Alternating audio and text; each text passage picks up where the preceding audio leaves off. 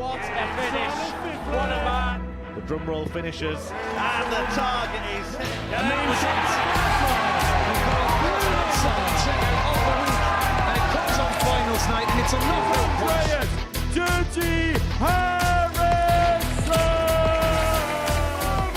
Van Velzen!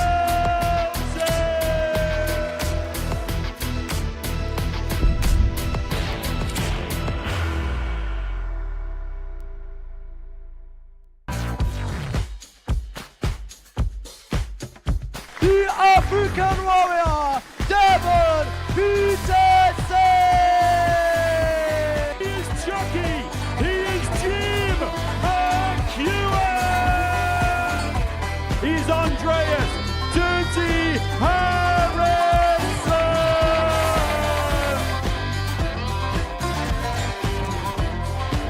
It's a crocodile Dundee, Paul Hogan!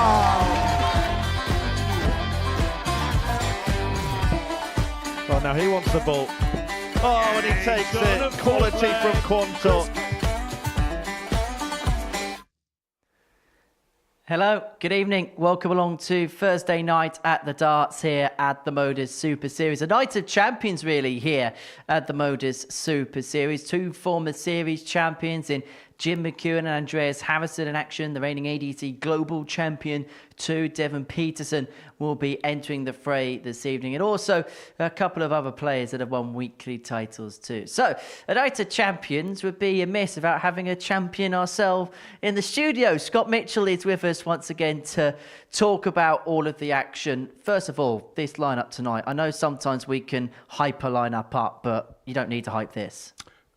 Certainly not. I mean, when I saw that I was on this Thursday and Friday, I thought, oh, this is a good week. This Group B is pretty special. And honestly, I think you could throw a blanket over them all. It could be one of those weeks where we find everybody on 4 points at the end of the night. Should be an intriguing night's worth of darts. We've already seen a session today here at the Super Series as Group C got underway this afternoon. It was a debutant, Richard McKee, who really stood out, won all 5 of his games and looked at home straight away, really, at the Live Lounge.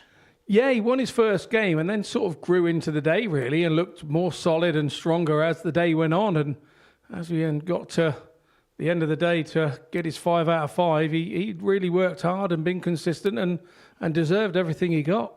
Well, he's top of the table. Johnny Haynes in second position. He won 4 out of 5. He was also impressive as well. This is how the tournament bracket looks. If it is the first time you've joined us this week, Group A was won by Graham Usher on Wednesday afternoon, and we're going to see the beginning of Group B here. So let's get the action underway in Group B and talk about some of the runners and riders for it.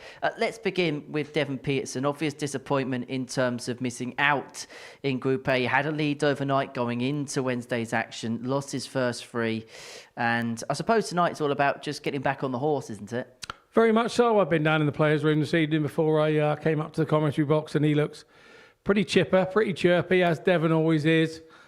He's not looking backwards. He's one of those that's very philosophical. He always looks forwards and can't do anything about what's going on. Just learn from it. Couple of former champions in there as well, Jim Mchuan and Andreas Harrison. Begin by talking about Andreas, because he was here a couple of weeks ago, played in double trouble. You were there as well for it. Won that tournament in a blockbuster field, and it just looks like he just keeps on keeping on here, really. Yeah, again, I think he's one of those that tries to just play his own game and put his own game out there and says, right, come and beat my game, and this is what I've got. And then he steps up and does very special things in special moments. And that's when you judge a champion. It's those special moments. They get them right more often than not. And that does make the difference. And that's why they're the ones lifting the silverware and the others are left sort of scratching their head. We saw him there lift the Series 7 trophy. Is he one of the great champions here, Andreas? Because he's now complete the set, weekly title winner, series winner, specials weeks winner. You have to say yes, without doubt, because he's doing things that other people just have not achieved. So I think that he's going to continue to win here, you know, until he gets a tour card, which is kind of not if, it's when. If he can produce the form away from here that he produces here, then there's not a doubt about that. He will have a tour card. But something kind of happens to him here that makes him a little bit more special than usual. And then he loves playing here as well. So you add all that and the good memories, He's got to find that somehow away from here. Two former champions in action. The bookmakers fancy one definitely more than the other. Andreas Harrison goes off the 15-8 favourite, but Jim McEwen's the 11-2 outsider of the 5 players that are in action this evening. He won in Series 5, beat Marina Michels by 4-0 in the final. And for Jim, off the back of that success in the Isle of Man a few weeks ago, could he be the player maybe, I know it's natural to say it as the outsider of the pack, but is he the one that could potentially be the fancied bet? He could be the value. I think Quantok could be value there with the way that he's played already this week at 5 to 1. I just think that this is such a tight group. It really is one of those that, you know, if it was a bike race or a car race, you would throw a blanket over them. They're that tight. And it's going to be who decides to come out of the blocks quickly and then sort of starts to get on top of the others. You would say Andreas is favourite for the group, or you would have to say that because of his history here. But he knows that being the favourite sometimes doesn't suit Andreas. He likes to be the one that is not talked about. That's his nature. That's his way. So I'm just looking forward to some 10 absolutely cracking games tonight. And yeah, I can't really call who's going to be top at the end. Should be good fun. It is 18+, gambleaware.org if you're going to have a flutter on the Super Series this evening. Right, let's get into the action then, shall we? And he kick off with a meeting between Chris Quantok and the former champion Jim McEwen. It was just over a year ago now since McEwen picked up the title, November 2023. Yeah, how quickly does time fly by? His first assignment, as I say, the ace from Yorkshire, who was also involved in the Champions Week, that Jim would go on to win. Let's hear now from Chucky. I caught up with him early on this evening. Jim, back for another tilt here at the Super Series. How much are you looking forward to the next few days? Oh, absolutely looking forward to it. I've not been here for maybe 3-4 months, so it feels like a new experience again. So yeah, looking forward to it. Since we've last seen you here, how would you say the darts have gone? Having bothered with my shoulder for a while, it's a bit better. Still feel a bit. Had a good run at the Isle of Man 2 weeks ago, and I played well all weekend. So yeah, they're going well. Do you feel like it's moving in the right direction once again? Yeah, I had a horrid time for a while and nothing went well at all, especially here, and it didn't feel good. But at the moment, yeah, feeling good. Back into what is a very tough Group B, but actually in some senses, does that help a little bit, the tougher the challenge? Because you know you've got to be at it right from the get-go tonight. Yeah, what a group to come back to, yeah. Yeah, myself and the other boys, we don't fear each other. I've played all those boys and I've beat them and they've beat me. So it's down to tonight. In terms of the 2025 season, what's the goals? Anything set in the mind of Jim McEwen to achieve this year? Well, with the seniors looking kind of dead and buried now for the likes of me, it's going to be here and WDF mostly. Lakeside up on the priority list? Oh yeah, it always is, yeah. It's such an honour to play at the Lakeside. I've done it once and I want to do it again. Well, I wish you all the best in this week's endeavours, Jim. Good luck. Thank you, Paul.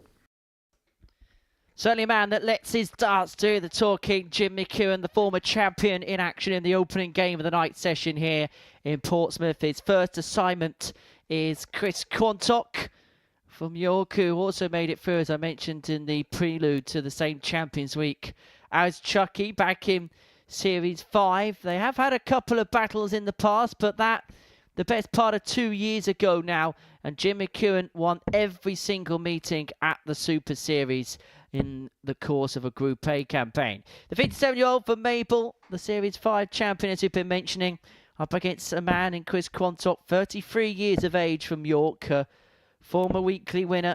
Series 5 Week 8 was when he picked up the crown, and whether there'll be a synergy 5 series on, we are about to find out. Should be a good night worth of darts.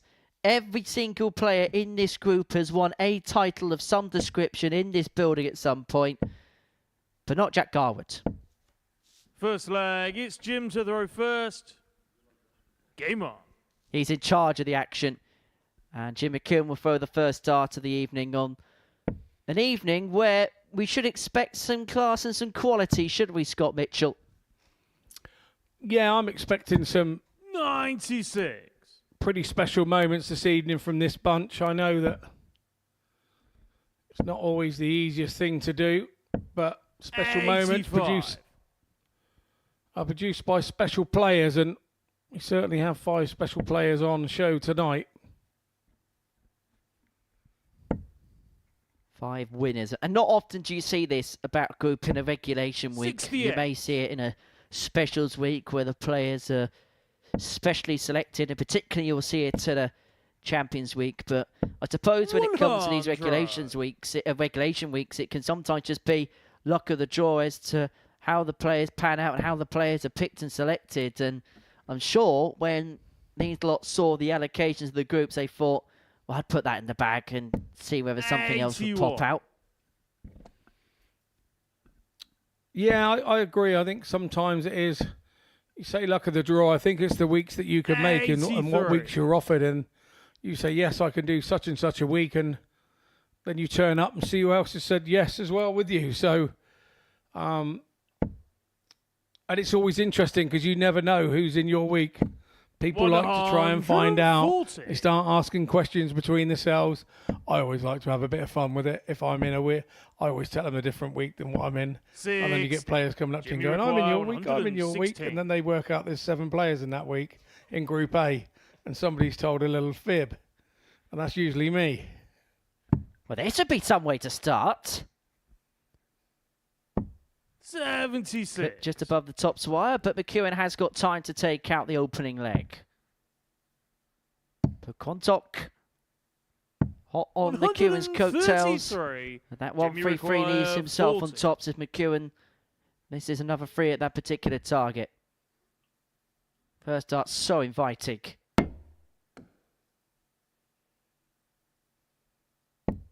20. He can't take his chance. And so Quantok will come back for an early break. Yeah, tried to use the flight there, didn't he, for a deflection to Jim Mchuan, but missed the flight and went just above it. Quantok's got 2 there to hit. Game shot on the first leg. Used the one on the left perfectly. So it's a break of throw for Quantok, and Jim left. Second leg. Ruined those 3 darts at double top.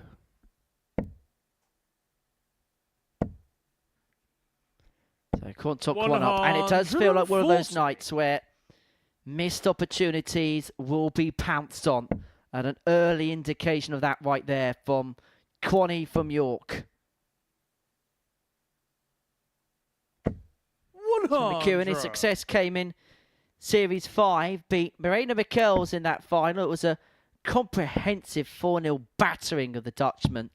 40. Average of 91.09 in that final, had a 115 checkout in that particular match, and he actually lost to Moreno earlier on in the evening, so there was a bit of retribution on the mind of Chucky, and I suppose revenge is a dish that is best served cold. Yeah, you don't like to be losing matches 2 in a trot on the same 62. evening to an opponent. You generally can work out what the opponent's doing and maybe a change of how you approach the game by the time you play them on the second occasion. But for me, it's just one of those things. It's just 57. Pig-headedness and determination to make sure you don't lose twice in a row to the same player, particularly on the same night. And particularly on a night where £20,000 is the prize for the top player.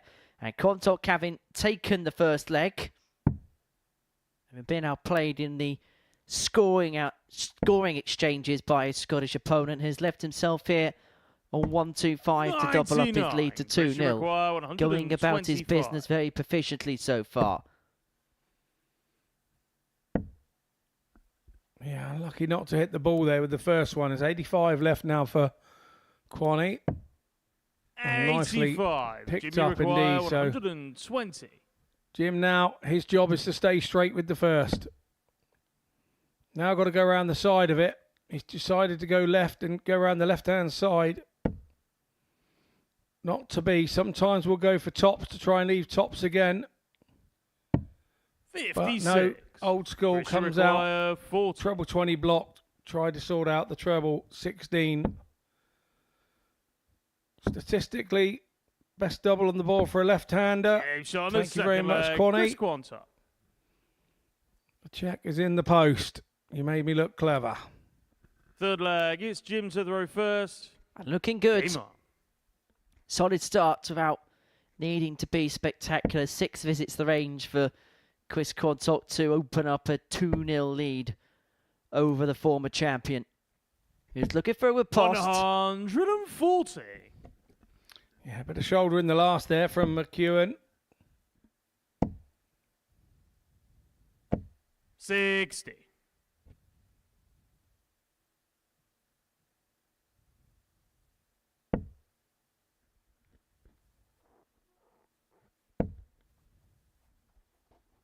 Jim recently found himself back in the 100. winner's enclosure, retaining his Isle of Man Classic title. Beat Alex Williams by 5 legs to 2. 134. It was actually a tournament which saw a renaissance run for a certain former finalist here, Matt Clark. Lost in the semi-finals of that. Been a while since we've seen Matt here. I know he hasn't been in the 100 best of health in recent times as Mchuan piles in the first match of the night and don't expect it to be the last. 121. Jimmy require 81. Right, nearly was the very next throw.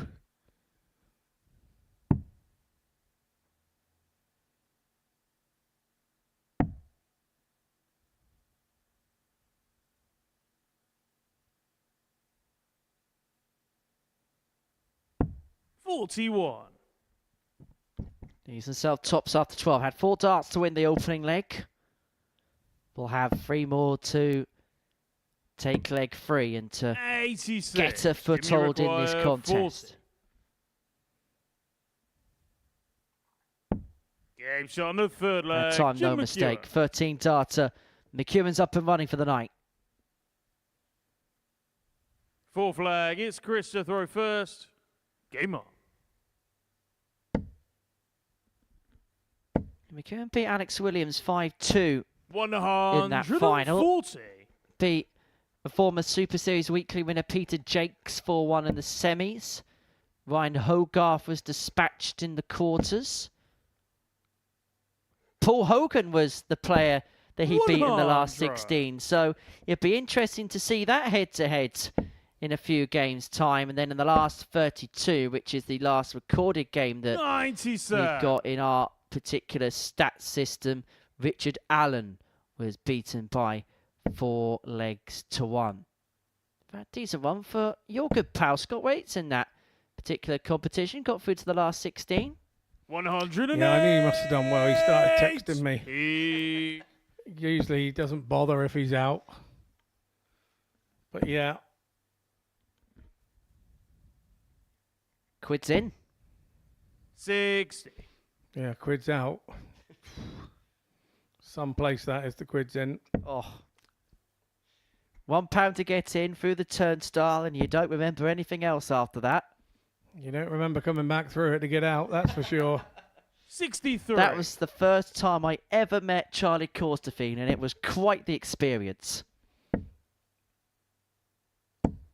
121. Jimmy require Apart from the fact I met him at the Gatwick 158. Departures Lounge. But don't let the truth get in the way of a good story. No, please don't.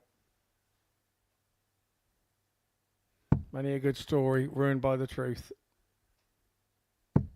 58. Christian require 83. So Quantok here looking to open up a 3-1 lead if he can find 83.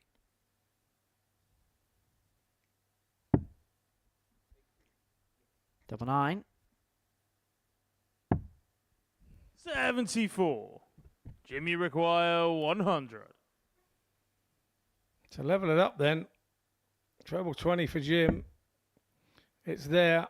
Lovely clear shot of the tops.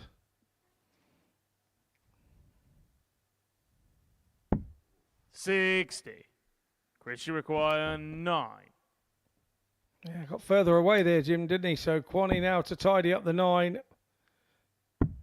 Game Double shot on the 4. full flag. Chris Quantok.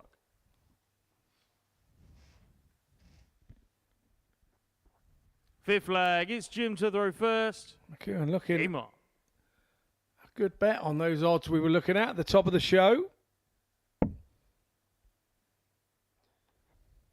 Well, you can see there, the numbers, and let me try and dissect that a little bit better for you, because some would 100. say, well, 92 plays 87 and he's 3-1 down. What's happened? Well, basically, what's happened in this game is the one leg that Mchuan's won, he won in 13. He won very well. 125. He's had that odd leg, which has just been a little bit more superior than the others, whereas Quantok has pitter-pattered around the 6-visit range pretty much for the most part of the match. And so that's why his average is around about that region, and Jim Mchuan's found something a little bit higher because his good legs have been better than Quantok's, where he's just been a little bit more consistent throughout the course of the match. Yep, perfectly put. 44. H as always.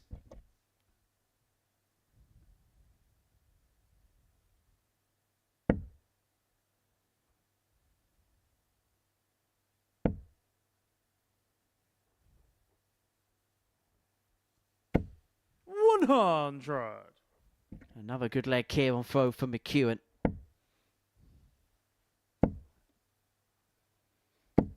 $140. Jim, you require 121.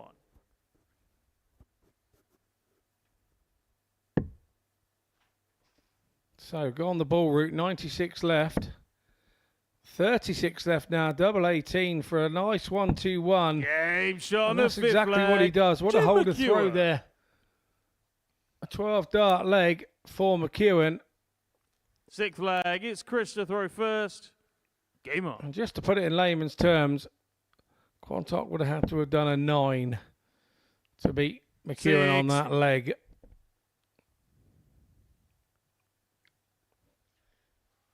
But for Quantok, that hole for Jim Mchuan is surplus to requirements because he got the break in the opening leg, and so he has the darts here to get the job done, but he's kicked off dry, and Mchuan now really is beginning to find his range. Yeah, it's given Mchuan a little bit of momentum now, hasn't it? He knows that his game's there now. He's done a 12-dart leg, thrown with a bit of freedom. It's now time to pressure your opponent. Another 140 here.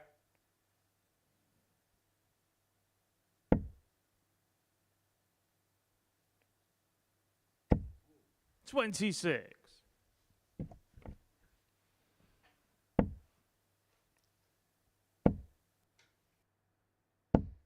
$100.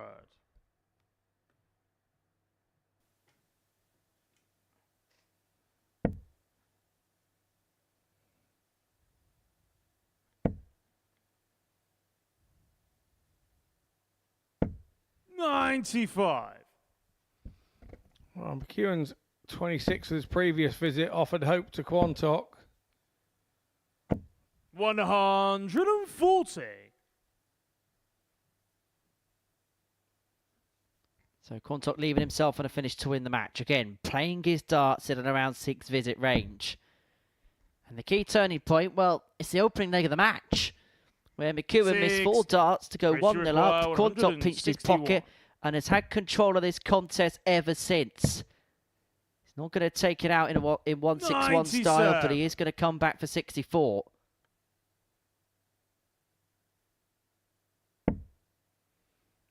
I have to say, Kwani looks totally relaxed and in the zone here this evening in this first match. 60. Chris, you require 64. To complete the job, to complete a 4-2 win. 1 darter, double 16, and he only needs the one to see the job through. Chris Quantok gets his campaign up and running. A 4-2 win against Jim Mchuan. The key moment of the match, well, it was the opening leg of the match. Jim Mchuan missing 4 opportunities at a double.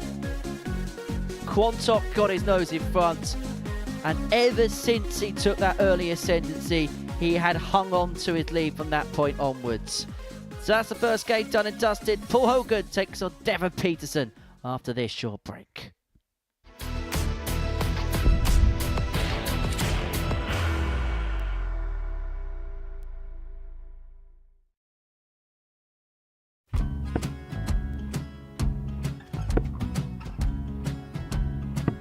$54. Charlie McGuire, 164.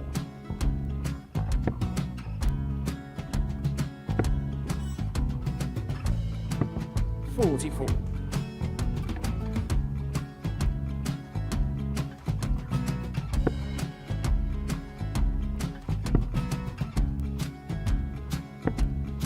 32. Charlie require 120. Well, 120. He's got a fair, at least 2 handfuls at this.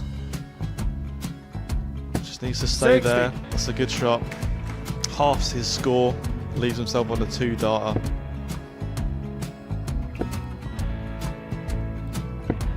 $26. Charlie Time on his require side 60. to become back-to-back singles champion.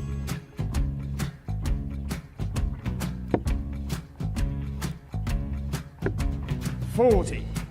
Definitely a couple of nerves in those last 2 darts. But he'll be coming back. The moment he's been in before this situation. Standing at the back of the 81. stage, Charlie approaching the requires Yoki with 20. a chance to win the title.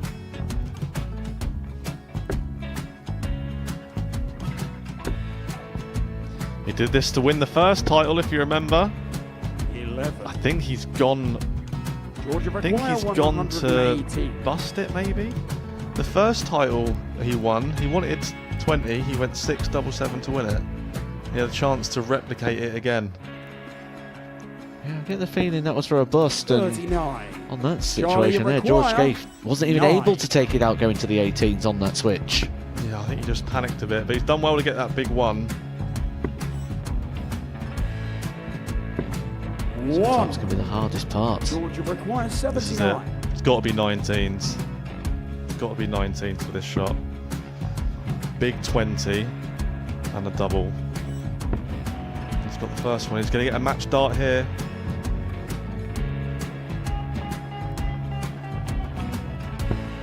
$59. Charlie Threw the entire require body into that 8. one. Just didn't want to let go of the dart.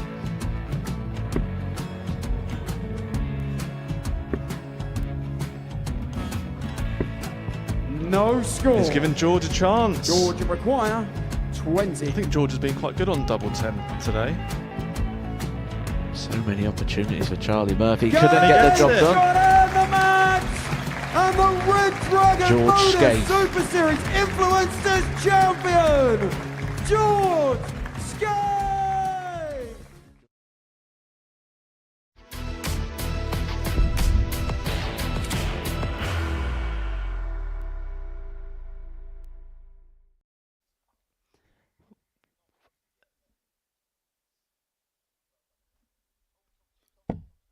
Welcome back to the Modus Super Series, where before the break, Chris Quantok got the better of Jim Mchuan by 4 legs to 2 to kick off his campaign. Next up for us, it is Paul Hogan up against Deon Peterson. Deon looking to respond from the disappointments of his Group A campaign, where he had led the way going into the final day's play up against Paul Hogan, the 61-year-old from Basingstoke twice a weekly, when actually beat Deon Peterson in the final in the previous series. As for Deon, since then, he's picked up the ADC Global Championship title, and it's a crown which he very much wants to defend. It's high up on his priority list at the back end of 2025. In fact, the way the tournament works this year, it's going to straggle either side of Christmas. So the qualification weeks will be the final few weeks before Christmas, and then the championship week will be the week that follows Christmas. Game on. But let's forget about festive tidings. We're actually closer to Easter than we are Christmas. And maybe we might get some Easter eggs in this game, because I suppose with Paul Hogan, we've seen some good stuff from him. Beat Simon Whitlock at the World Seniors Championship. And his form in recent times has been very encouraging. 95. Yeah, absolutely, it really has. And he's wearing some new shirts here, so he must have managed to get some money off of Ange from the holiday fund to get himself some new shirts. Now he's been winning a few quid. So, yeah. A new line of Paul Hogan shirts, I'm sure will be available shortly. 100. I think he's got a crocodile with a dart through its snoz on the front. Oh no, it's got a dart in his mouth. Yeah, I like that. It's an angry crocodile as well, not the like laid back one with the Aussie hat on that he used to have. It's definitely got the crocodile eating the dart. In a mean mood and looking to get his teeth stuck into things, Paul Hogan. And he's got to a positive start here. 6 starts to take out the opening leg of this contest. 41. Can't pick off a treble there. Can't pick off much. And so it's opened up the door for Devon here to get an early break if he can hit big. And then he'd have to hope that Hogan cannot take out the 160, which we saw earlier on this afternoon in 52. Group C from Johnny Haynes. Only require 160. But Hogan isn't going to pick that apart, but he's got 6 darts to do exactly that. 100. And you should get a couple of darts at tops, providing he stays straight, of course, upon his return. 133. Paulie requires 60. Tops the opening leg. Double 10 does not 40. go. And so Peterson here, break 40. opportunity. Game shot of first Yeah, felt like a bit of a Deon pinch. Peterson. Yeah, it did look a bit of a pinch as well, didn't it? Second leg, it's Devon to throw first. Well, we saw a similar thing, Game didn't we, in the opening match where Jim McEwen dominated the scoring exchanges, couldn't win the leg. Quantok broke, and then he ran with that ascendancy, and 100. Peterson will be looking to do something similar here.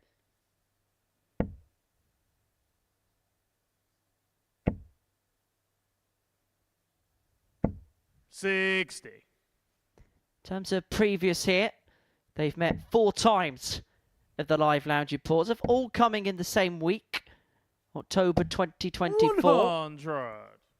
And it's 3-1 in the direction of Paul Hogan.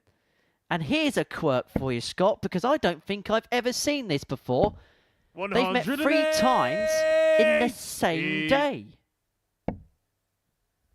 Wow. So they played the last game of Group B, which technically straggles into a 45. Saturday, and then they met twice on the Saturday night. Peterson won the Friday night/Saturday morning meeting 4-1. Hogan won the group game 4-1, and then they'd meet in the final on that Saturday 100. where Paul Hogan would beat Peterson by 4 legs to 2 to qualify for Champions Week last time out. So they met 3 times in a day, but there was a sleep 95. between games 1 Only and 2. require 161. That's what you're saying. A big nap.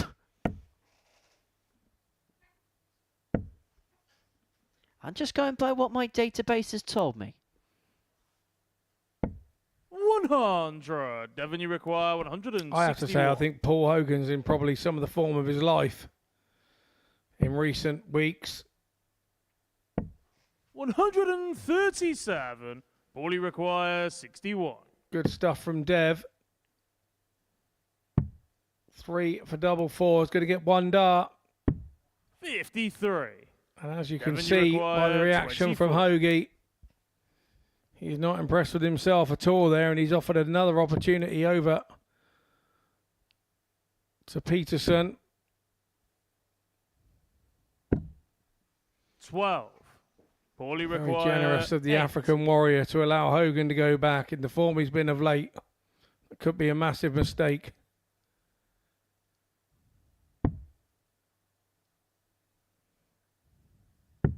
Four. Devon, you require 12. Well, it's a tungsten game of pass the parcel at this present moment in time. Double 3. 6. Paulie require 4. Frustration creeping over. He got given a freebie and he didn't take it. And he's allowed Paul Hogan to do exactly the same. Free chance Takes at on the double second 2. leg. Takes Paul it. Hogan. Levels up at 1-1. And he tries to see the lighter side of things. He did see the lighter side of things. That Third was funny. leg, it's Paul to throw first. Give it a Game little on. one. And then a giggle to himself because he knows he shouldn't have done it. But there we go. He's becoming more lighter-hearted, 40. you know, as he's getting older, as our Hoagie.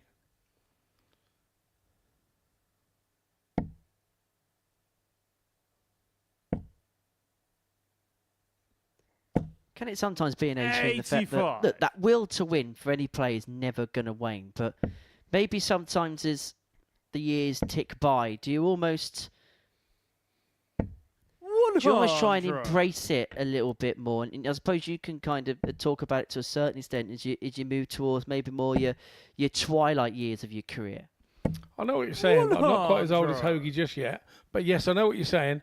It does. I think you've been in the situation so much more that the things that used to rattle you 10 years ago don't seem to rattle you now. You're absolutely right. It comes with age. It comes with maturity. And it comes with, things that matter in life now. What really matters. And, yeah, losing a darts game is... You don't want to do it, but... there are worse things happening around you. And I think you as you get older and you mature, with age more than anything, that you realise that and react differently. 41. Perspective is everything. And the perspective here is Peterson is pressing home for the break again. Got it in leg one. Had the opportunity to move 2 up. 85. But now looking to push on the door of the lead once again in this match. Leaving himself 131. Hogan needs a triple here to leave himself on a finish. Fine set triple. Devon, you require 131.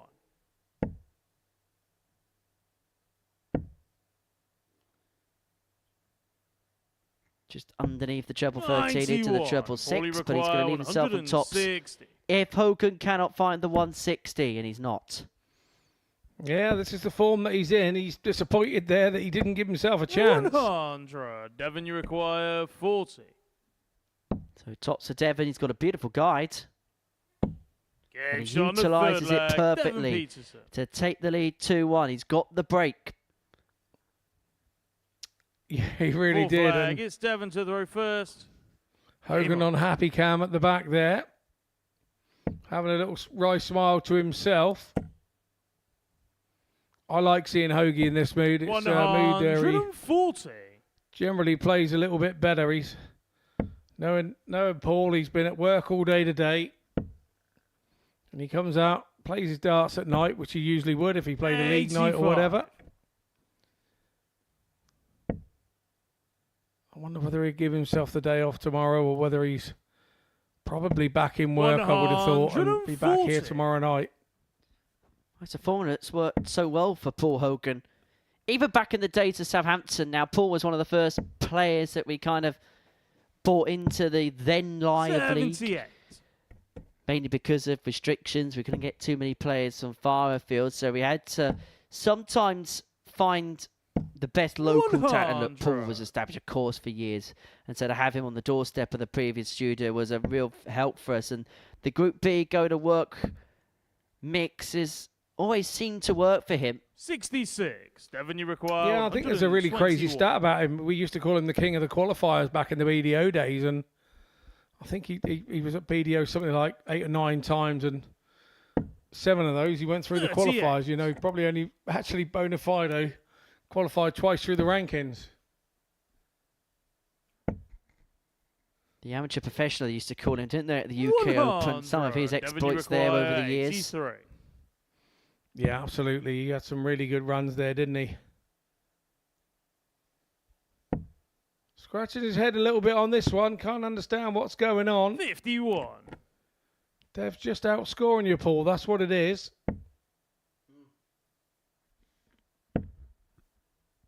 Just finding more on the 2 treble turn stakes is 44. Devon, you require. Devon 32. Hoagie doing all of his work with picking off single trebles, but Peterson in this kind of mood, you're going to have to find a little bit more than that. He finds the double eight to open up a 3-1 advantage in this match. Peterson 1 away from victory. I believe that's the Fifth first hole to leg, throw it's as Paul well. To throw first. Game on.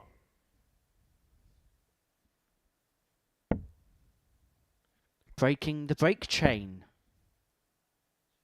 And so Hogan now throwing to 100. stay in this contest.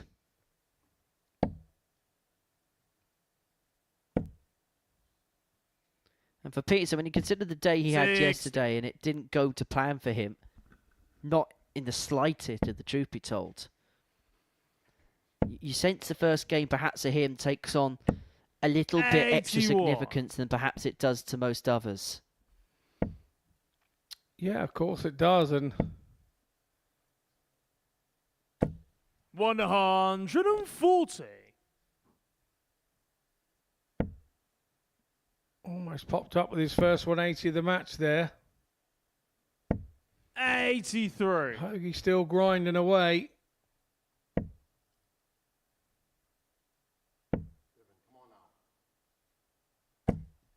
$100.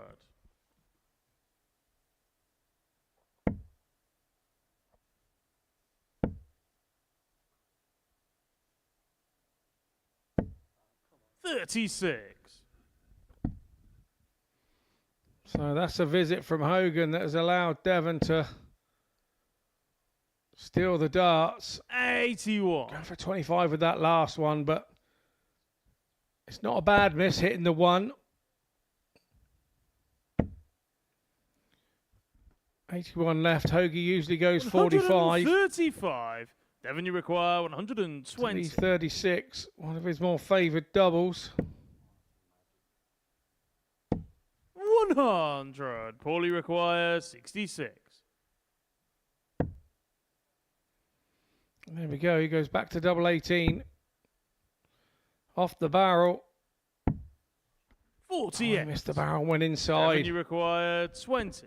And so Peterson presented with an opportunity. Great 3 shot, darts and at the double match, 10, and he Deon only needs Peterson. the one to get his Knights up and running with a win after the day yesterday, which did not go to plan. Straight back down the tunnel and straight back into the winner's enclosure.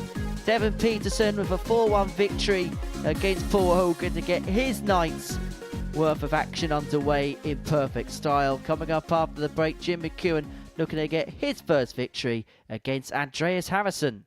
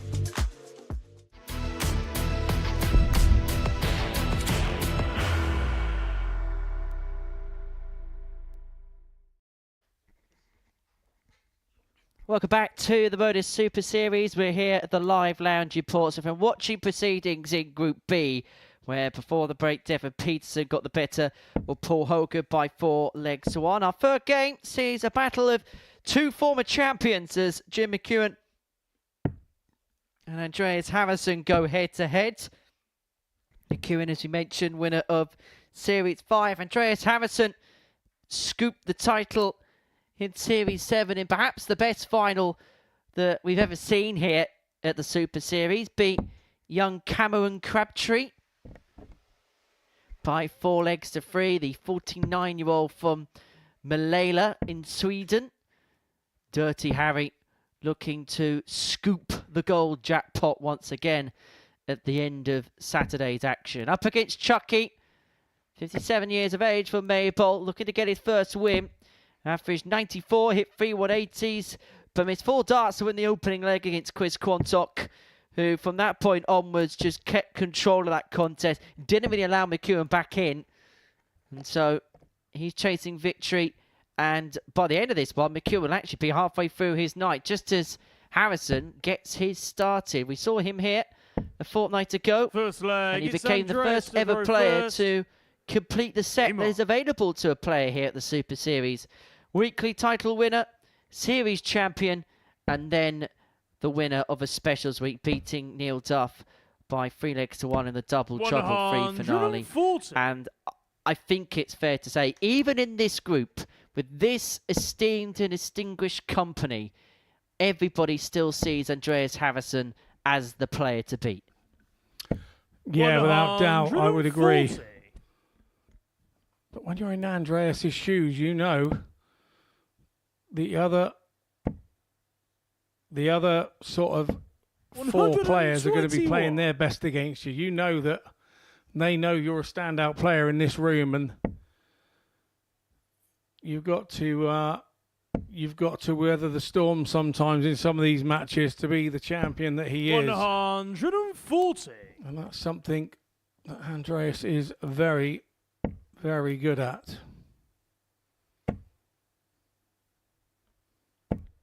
I think I've asked you this question already, but I'm going to kind of ask it again. Where does Andreas Harrison compare to some of the great champions that we've had here? I'm going to answer it in a very similar way. He's right up there. He's right up there with the best that have appeared in this room.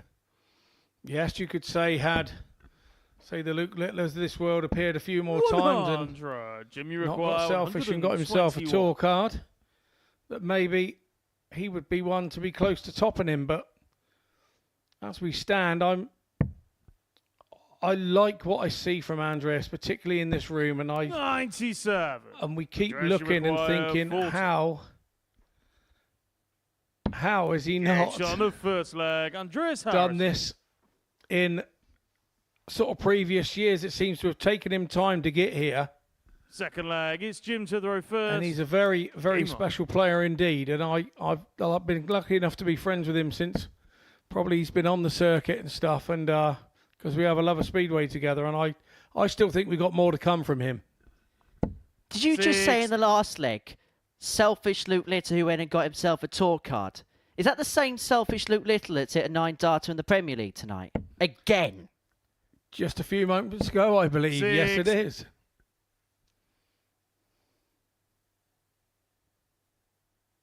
Many congratulations to Luke. But we're in the midst of a good contest here. Andreas Harrison, 13-darter, to take leg 1, the 84. Series 7 champion up and running. Now, Harrison won his title in Series 7.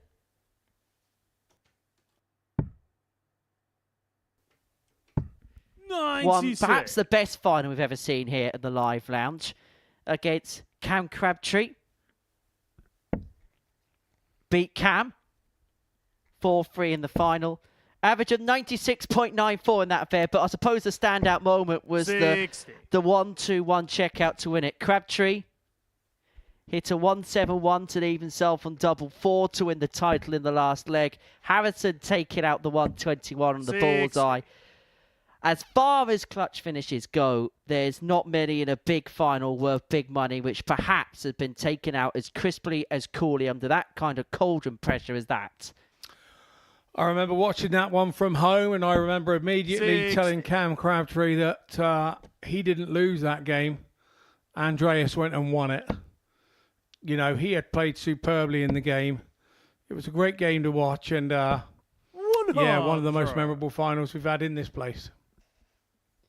Cam Crabtree, another selfish player who went on to get himself a tour card. You're just going to keep throwing that at me now, aren't you, for the rest of my commentating life? 96.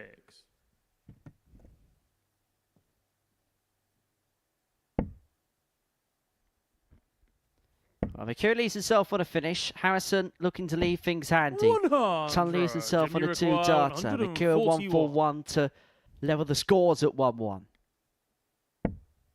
Not to be, and so Harrison in situ should at least get a dart to open up a 2-0 lead and get the break. Doesn't need one in this match, but if he does, he puts himself in a commanding position. 2 darts at top, so only needs the one. That was clinical. Andreas Harrison. It was indeed. Third leg, it's Andreas to throw first. Game on.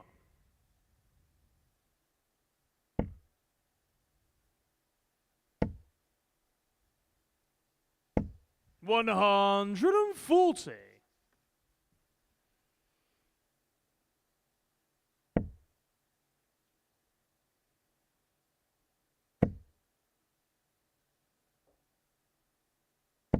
Mchuan finds here's the league games first maximum.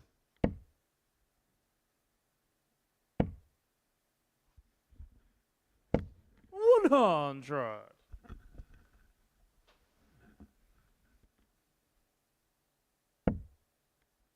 Well, that first dart is perfect for Jim. 140. You can only find a 140. And let's be honest, after the second one went in, we all got a bit excited, didn't we? Well, it looked easier to hit the 180 for the second time than it did to miss it at a 140, didn't it? Surely there's never been 2 9-darters televised in the same hour in 2 different competitions. Yeah, you might have something there. No, it's happened in the same hour when Phil Taylor did it. 61. And of course we had the game with Thornton away, didn't we, the Grand Prix? They both hit a 9.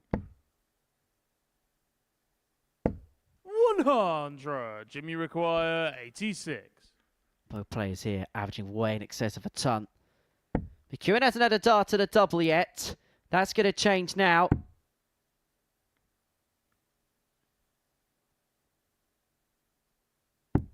Game shot 12 darter to leg. get himself back into the contest. Well, Jim Mchuan's been playing well all evening long, but he's not getting any change. Fourth flag, it's Jim to the 103 the pair. Game on. And Mchuan, importantly, has brought this match back on throat.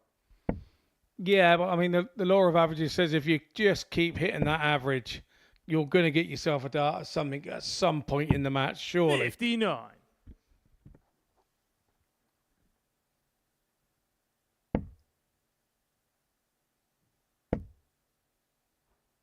Andreas has said that 100. he feels like he's a night owl. Somebody that plays his best darts in the evening. The work that he does day by day is evening work. So he's used to the night shift. He's used to the pattern of being awake late at night. So he feels like this will suit his game better than perhaps a Group A campaign, perhaps, for example. 108. I agree with you. After that 180, you're probably right.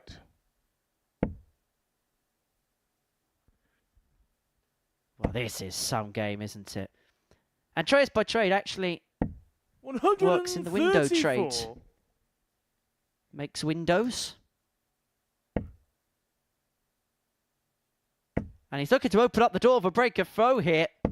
140. Jimmy require 128.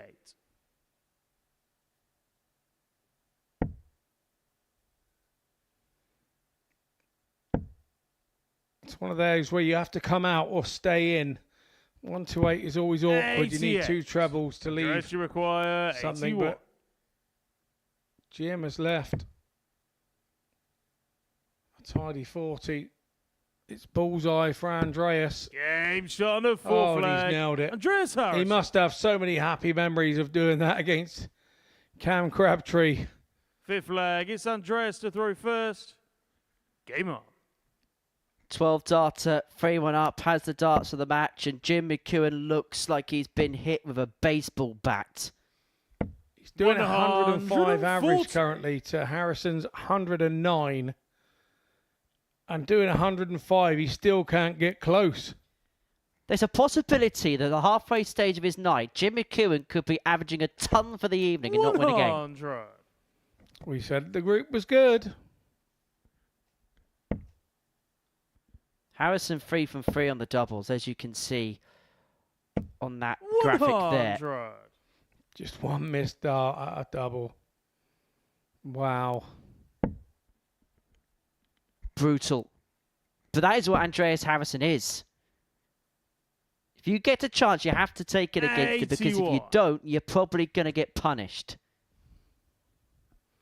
That is the understatement of the year. Yes, you are definitely going to get punished. Particularly when he's on 100. this 109 average form.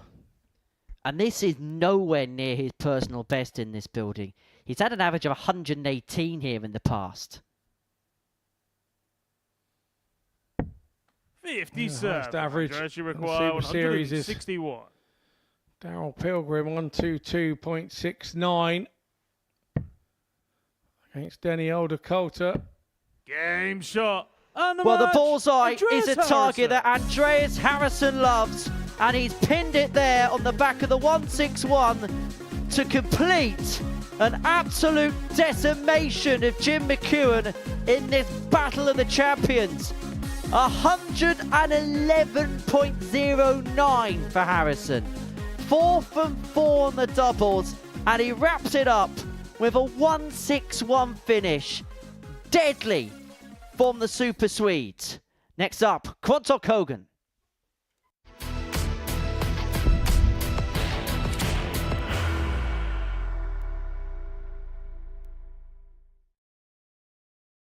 Are you ready to lift that trophy, Darius? Yes. Let's do it then. Ladies and gentlemen, your Modus Super Series 9 champion is Lucky D, Darius Lewandowski!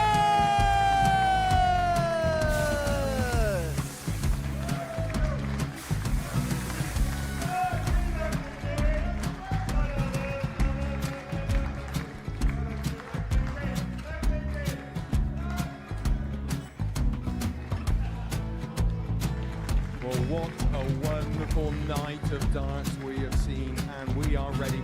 Our champion is ready, and it's trophy. So receive the trophy.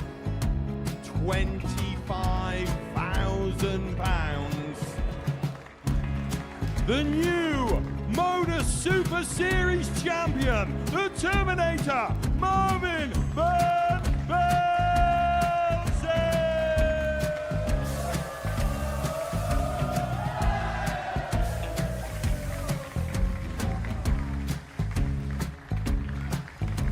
And one more time, the 8th Modus Super Series champion, the Terminator, Marvin Van Velzen.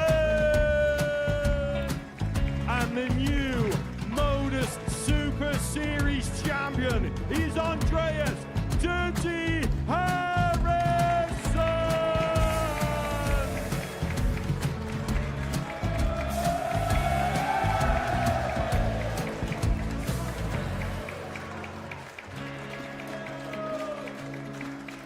And one more time, the 7th Modus Super Series champion. Give it up for Andreas Dirty Harrison!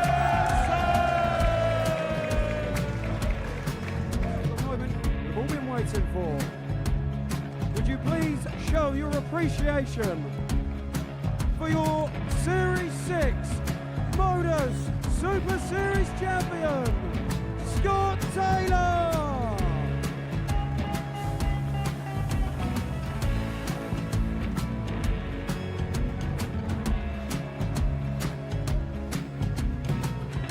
One more time, your new Modus Super Series champion. He is Chucky. He is Jim Mchuan. Ladies and gentlemen, your Modus Super Series champion, retaining his title, the Nuke, Luke Littler!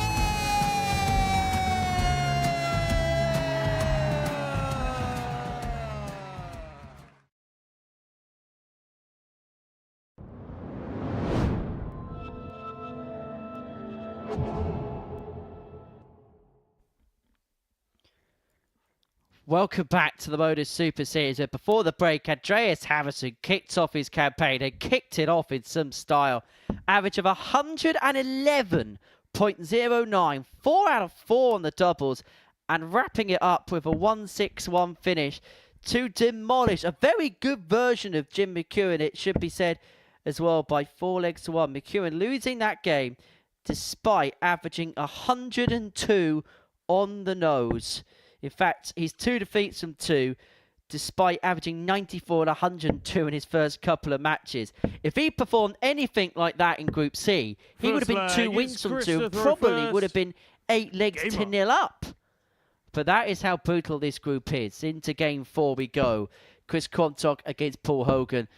And I tell you what, the standard has 62. been raised by Andreas Harrison. He set his stall out, and just as we thought would be the case, everybody else is going to have to follow his lead. 108. Yes, they have, and you have to say that was Andreas' first game of the evening as well. We've got another 3 of those to go. 97. What an opening match for him here. Series 10, Week 8, Group B, Day 1. 55. At the Modus Super Series, live on Pluto TV. If you just joined us, thanks for joining us. But you missed an absolute ripper between Harrison and Mchuan. 100. Contest, but I don't think it's going to be the last real big match that we see tonight. 6. There's quality loitered throughout the group. Hogan's taken the darts in the opening leg of this one. Quantok slow out the gate. 6 on 166 to take a 1-0 lead. Hogan, who was beaten by Deon Peterson in his first game 4-1, really struggled to get out the gate, didn't he, Hogan? He missed 8 darts and a double, and Peterson picked up the pieces as a result. 106. So Hogan changed darts here. I think he was using an old set of Bristow Red Rings earlier, and I've got a feeling now he swapped to something very similar. 137. Paulie require 57.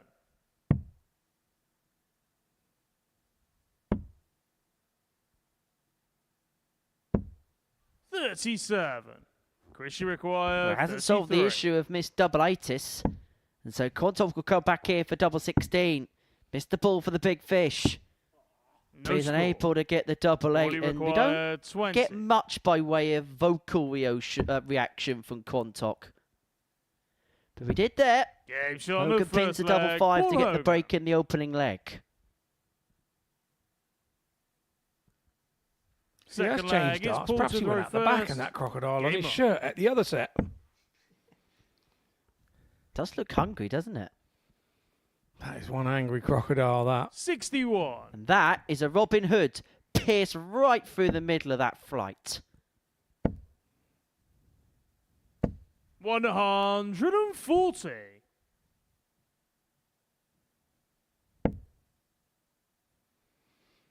Yeah, Quantok's dart looks like a... 140. Yeah, he's chewing on that dart there. That crocodile on the front of Hogan's shirt. 85.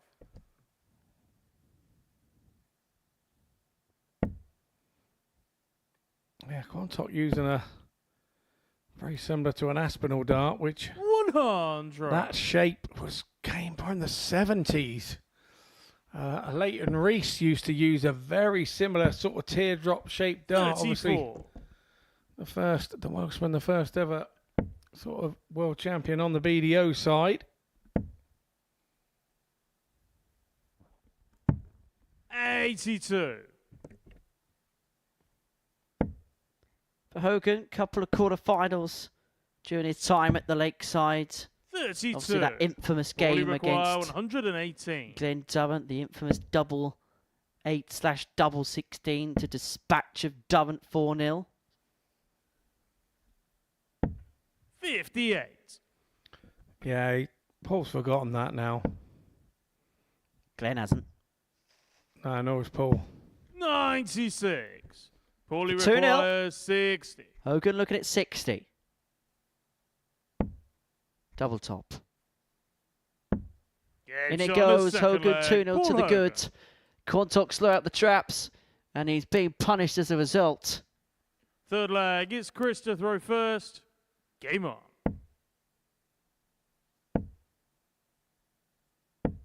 $81.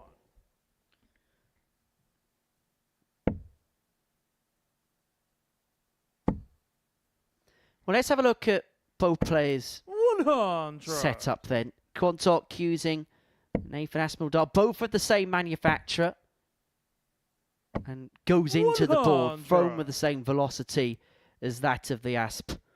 Whereas for Hogan, well, you don't see too many glaring changes, do you, over the years in terms of his setup? 100. I know that he's been struggling a little with the grip on his dart, and I remember at one of the seniors tours at the end of last year, he had a little throw with a Rob Thornton dart, and Rob Thornton lent him a set, or gave him a set, and I believe that he used them that day and then beat Rob Thornton with a set of darts that Rob Thornton gave Hoagie on one of the floor tournaments. I think that's right. 120. I can imagine what Robert Thornton said, but I cannot repeat what I think Robert Thornton said live on air. No. Probably on the lines of, "Oh, Robert." Oh, Robert. 76. Chris, you Probably require see you, 60. Jimmy, on the end of it. Double 10. 40. Hogan shaking his head. Hasn't made any inroads in this leg, and Quantok being given a free pass when he returns. Well, he left himself on a bogey for the second time in this match. We are only 3 legs 95. Chris, you require 20.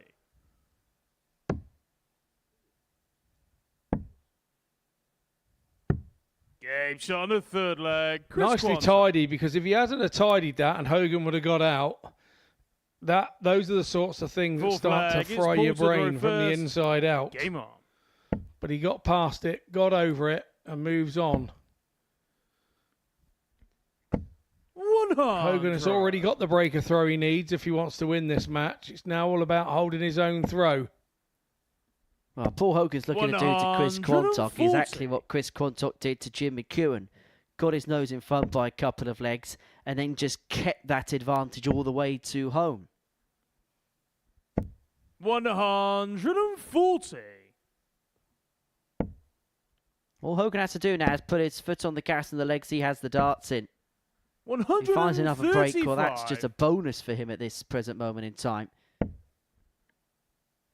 But Quantok, with back-to-back 2 treble turns, is asking the question of the Hogan throw. 100. Leaves himself first to a finish, but Quantok will feel like he can leave it far more makeable here.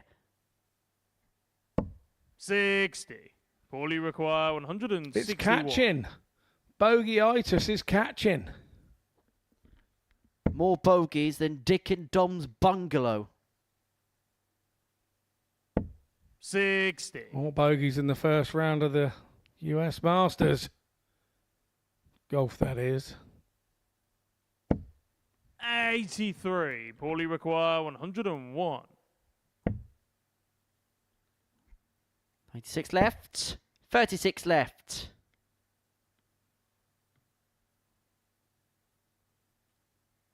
And now nothing left because Hogan takes out the 101 to open up a 3-1 advantage in this contest. Fifth leg, it's Chris to throw And first. continues to Game on. establish that gap upon his opponent. Alzheimer's kicking in there for Hoagie. Didn't know whose it was 60. to start. Found the funny side of it.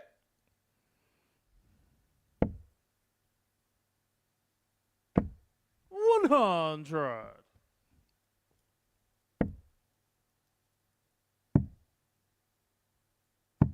$58.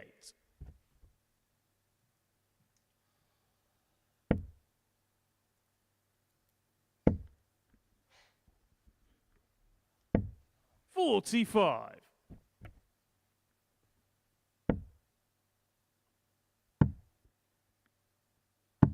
$58.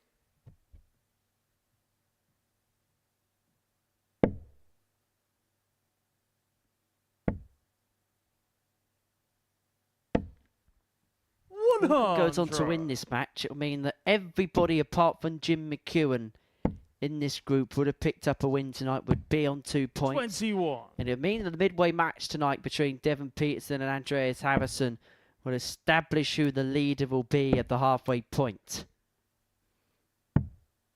73. Hogan recovers there with a big treble 19.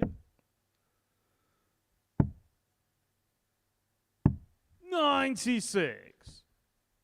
Quantok looking for a 136. 134, sorry, there. To leave himself on the big fish once more. 60. Kwani has clawed his way back into the game.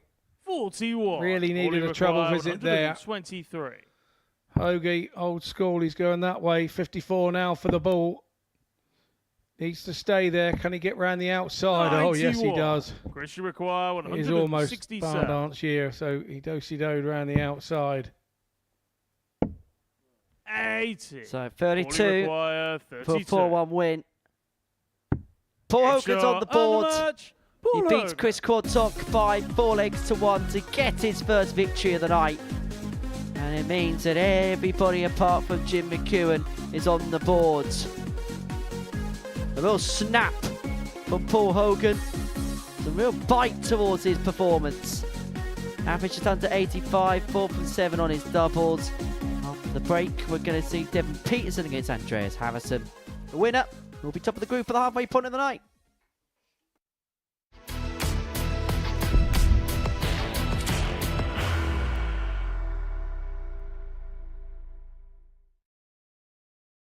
Are you ready to lift that trophy, Darius? Yes. Let's do it then. Ladies and gentlemen, your Modus Super Series 9 champion is Lucky D, Darius Lewandowski!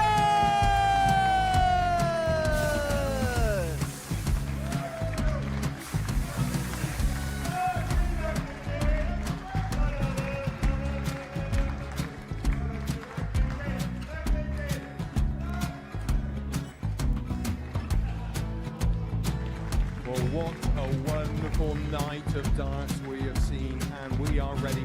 Our champion is ready, and it's trophy time. So receive the trophy. £25,000. The new Modus Super Series champion, the Terminator, Marvin Van Velzen!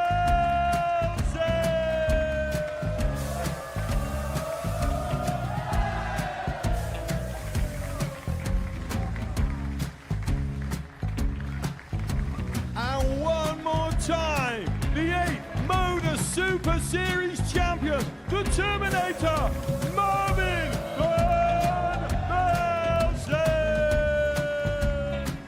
And the new Modus Super Series champion is Andreas Dirty Harrison!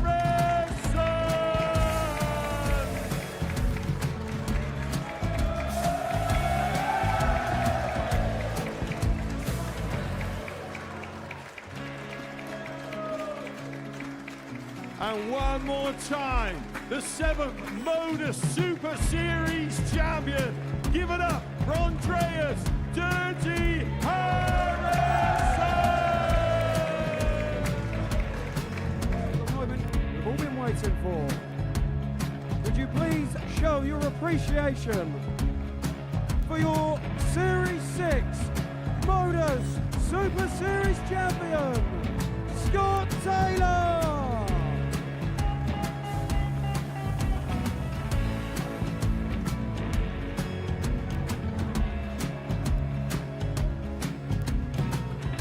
One more time, your new Modus Super Series champion.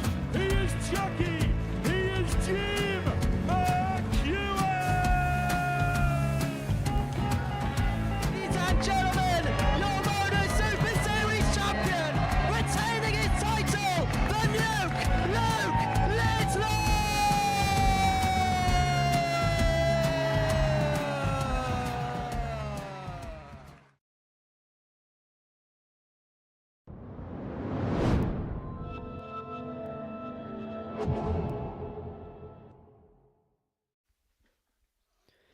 Welcome back to the Modus Super Series. You're watching us live on Pluto TV in the United Kingdom and across associated territories. Here's what's coming up across Pluto TV in the coming hours. When we're done, you'll be able to look back at the career of Dimitri Vandenberg in the latest Story of edition here at the Live Lounge. Then the Tungsten Talk features the reigning WDF World Champion, Shane McGurk. That's tomorrow morning at 11:50 a.m. That's UK time. If you are watching us around the world, please do check with your local listings before watching Pluto TV. 1 o'clock UK time, we'll see the second session of action in Group C, and then it'll all build up towards Saturday's crescendo as we get week 8 out the way with our finals night, which will be live, as I say, from 7:30. Live here on Pluto TV in the United Kingdom and associated territories, where you can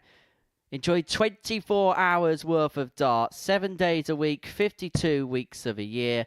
And we are going to enjoy quite the contest here as Andreas Harrison takes on Deon Peterson.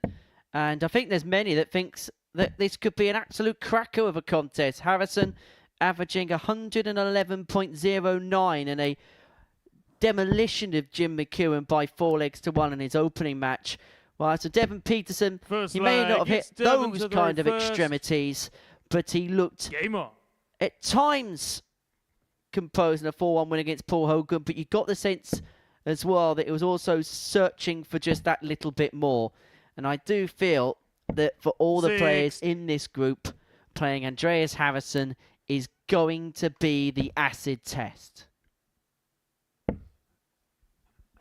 Yeah, I agree with that. They are going to have to target Andreas. You don't want to be not playing your best game against him. Otherwise, you think, you know, it could be very difficult.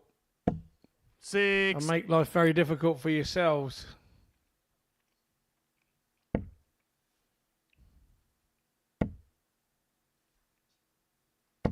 $108. Andreas Harrison has arrived. Perhaps not a surprise that this is the first ever recorded meeting between this pair. Peterson and Harrison playing different trades over the course of their career. But one thing is becoming very apparent. Andreas Harrison is a beast when he plays at night.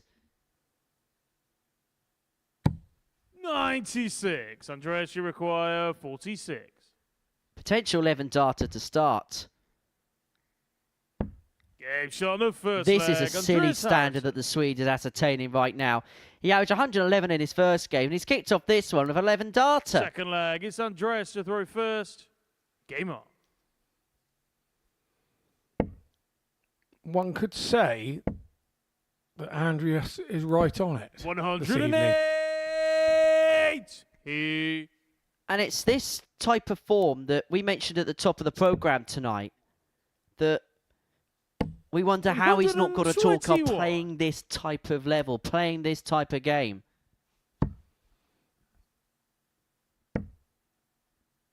He just likes playing here. 99. He just likes playing here. That's what it is. It feels like coming home every time he comes here. And 123. To put it in perspective, prior to this turn, he had 5 scoring visits. 3 of them were 180. 94. yeah, at one point there was 40 points in the difference in the average. And Dev's doing 93 average. 82. Andreas, you require 120. I fancy this. I fancy this, Scott. I don't anymore. 100. Double after 12 on the back of an 11 in the opening leg. Andreas Harrison here, even for his standards, is beginning to reach 45. heights Andreas, you the like require of which we 28. haven't seen from him before. Double 14. 14. Doesn't go. Devon, you require And as strange as this sounds, 130. this may well be a good opportunity for Devon with Andreas in this type of form. Wry smile there from Dev. He knows it was a 45. chance. Andreas, you require And reacting 14. to Dart 2 caused Dart 3 to a little bit wayward. Each on the second leg, Andreas Harrison. 2-0 Third Harrison. leg, it's Devon to the row Too first. good is Harrison right Game now. on. Honestly, and he just looks as cool as he's just wandering his, taking his dog for a walk down the park. It's 85. just aimlessly wandering around.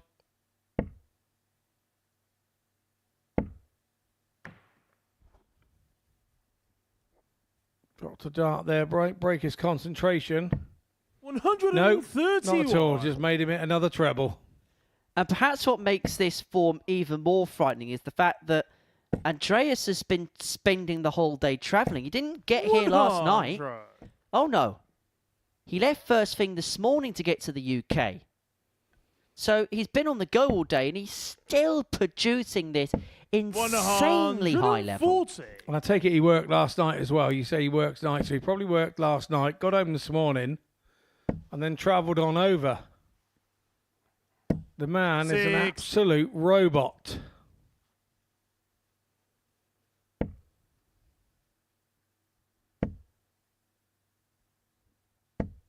$100. 114.42. And that's including 3 missed darts of the double. Leon himself on a finish after 9 against the Peterson throw. 85. Andreas, you require 130.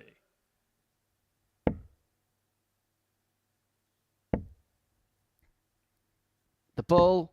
Game shot Too on the good. third leg. Andreas Harrison. It's another bullseye finish. Already it's the third he's had tonight. The Fourth 130 leg, it's joins the Andreas to throw 161 and the first. ton plus Game on. column. He's 3-0 to the good. He's got the double break. And listen to this stat, Scott. He hasn't had a triplers visit all evening 85. long yet. That is some stat to have in your repertoire. 100. Now I haven't got it straight to hand what the record average is for over the course of one session here. We've got some very good statisticians 100. who I'm sure will probably tell us.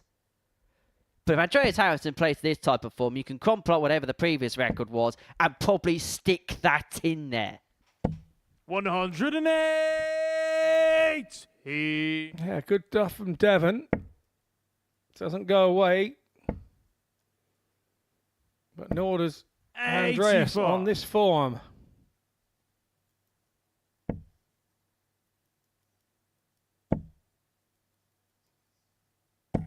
$108. Credit here to Deon Peterson because he could have so easily have just put his hands up and said, it's just not my game. It's just not happening. But he's got an opportunity here and he's going to have to take his chance. Double 16 it is. 25. Andreas, you require 51. Close but no cigar. double top, double 10. Game shot. A special Andreas performance Harrison. once again from Andreas Harrison. Back-to-back averages of 111 to kick off his night. We know he's a special player, but did we think he could reach these levels on a consistent basis? Maybe not. 111.33 on the back of the 111.09. 4 from 8 on his doubles, a 130 finish. He has beaten Deon Peterson 4-0 with an average of 91. He only had a couple of darts at the end of that match to get a leg on the board. Harrison 4, Peterson 0. He's top of the table. Coming up after the break, Jim McEwen, Paul Hogan.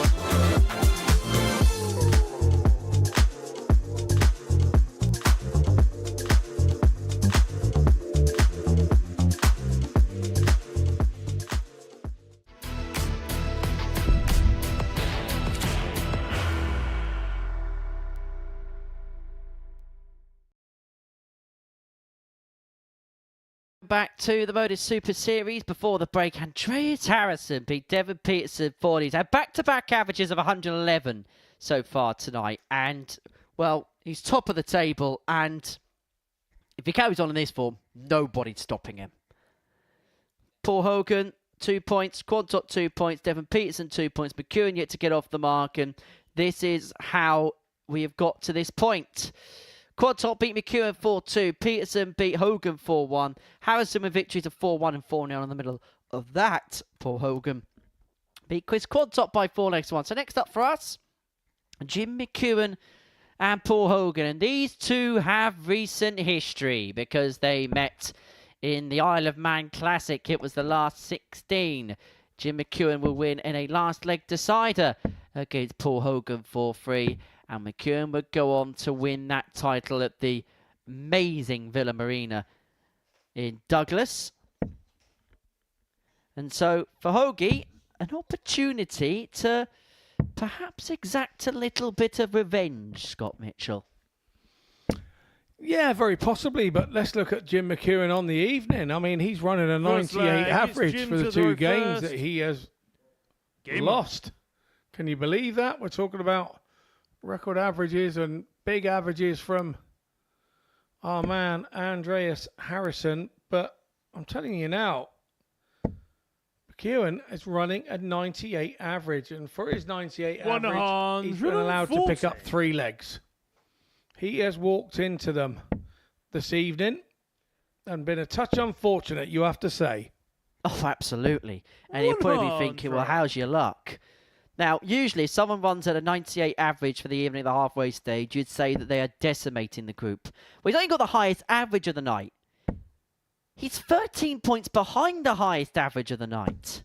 108! Now, sometimes we in these commentary boxes can be found guilty of over-egging a pudding, 95. saying that something's going to be good, and it falls as flat as a pancake on Shrove Tuesday. Well, this is delivering quicker than an Amazon Prime delivery. What a night we've been treated to. And I know it's very easy to get carried away when we're sat in these commentary boxes to say, oh, this is up there, this is up there with one of the best. 139. Yeah, agreed, Henry. Really do agree. We're on game 6 already of the evening, and you think, well, you know, we only had just that game 1. It's flown through and been a really enjoyable group. Game shot on the first leg, Jim Mchuan. 1-2-4 on the ball for Mchuan, so now he's joined in on the bullseye finishes. Second leg, it's Paul to throw first. Game on. This is getting a bit silly now. 12 darter, 1-0 Mchuan. 100.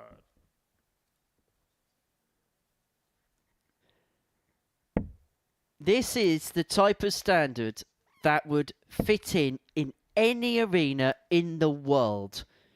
It could be Ali Pali, it could be Winter Gardens, it could be anywhere, and it would not look anomalaic. 140. The Romans used to put those on the floor, didn't they? Oh no, that was a mosaic.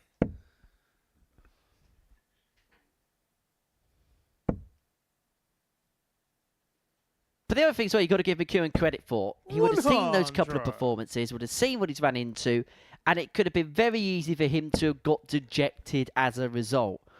But credit goes where credit's due. He's come back out swinging. But the problem is, as has Paul Hogan, that's 120 of 180 of the week. Both players, well, I know we're only in leg 2, but Mchuan 116, Hogan 125. And Mchuan's 12 darts of leg 1 could be superseded by one here. 81. Let me stop you there, Henry. Darts is a young man's game.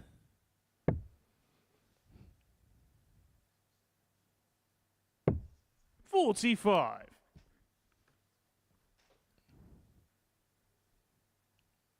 at these two seniors going at it, hammer and tongs. You love it. You got to love it.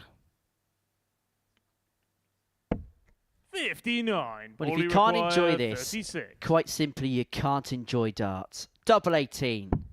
Yeah, 13 darter, 1-1. Paul Hogan. And once again, we look at the numbers, we look at the averages, and they are 3 figures for the pair.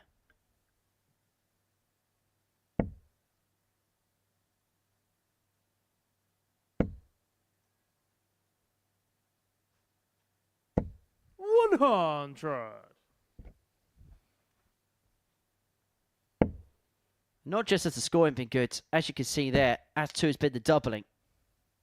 100. Yeah, getting out very quickly indeed on that outer ring does improve the averages. There's no two ways about it. Just delving through tonight's stats. Andreas Harrison this evening. Average for the group, 111.2, 66% on the doubles.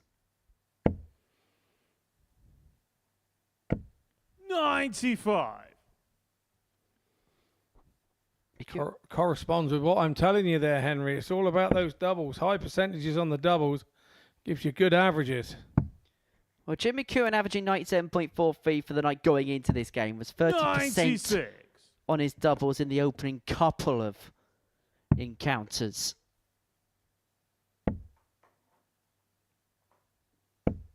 $59. When you're in a practice room, particularly in a scenario like this where everybody's got to talk to one another and everybody's kind of in it together, if one person switches it on, does it just light a fuse for everybody else in there? Yeah, it kind of does. I think 105. I think there'll be a little bit, come on, give over, have a day off, will you? Not on the week that I'm here, please. And there'll be a little bit of light-hearted jovialness, but there'll be a little bit of seriousness to it. They do mean, come on, just have a day off.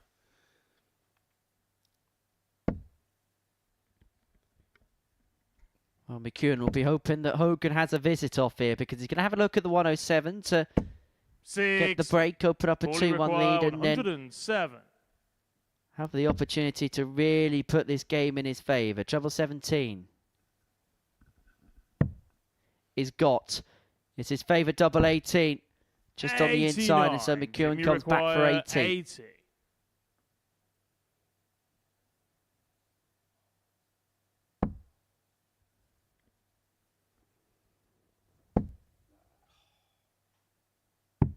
$40. Yeah, always a fear when you're going that way. It was a little bit shoulder, a little bit of a reaction on that second dart. That one. 10. Jimmy require 40. It's nearly in the water at the docks here. That's how far away that one was. Hoagie knows it. Wry smile about it. Game shot on the if he gets back, he'd have put it right.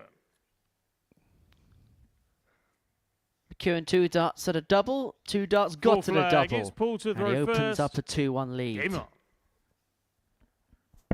And the truth be told, he won't care whether he averages 102 or 62. At this point, McEwen will just want to get a win on the board no matter what, because take away the brilliance in terms of standard tonight. McEwen loses this game. He's 3 matches down for the evening without a point to his name. He may feel like he's beginning to get cut adrift. 100.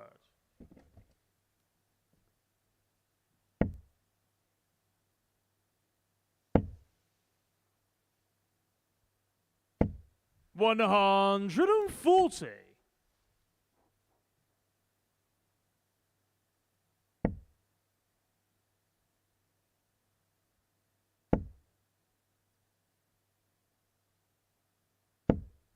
$100.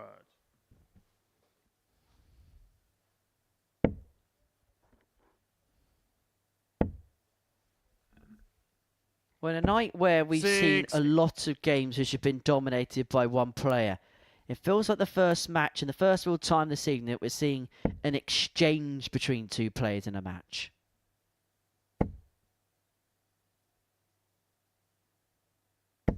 $108. Big shot, big time for McEwen. He's really taken out the 1-2-1 tonight. Looking to do so again. 140. Jimmy require 121.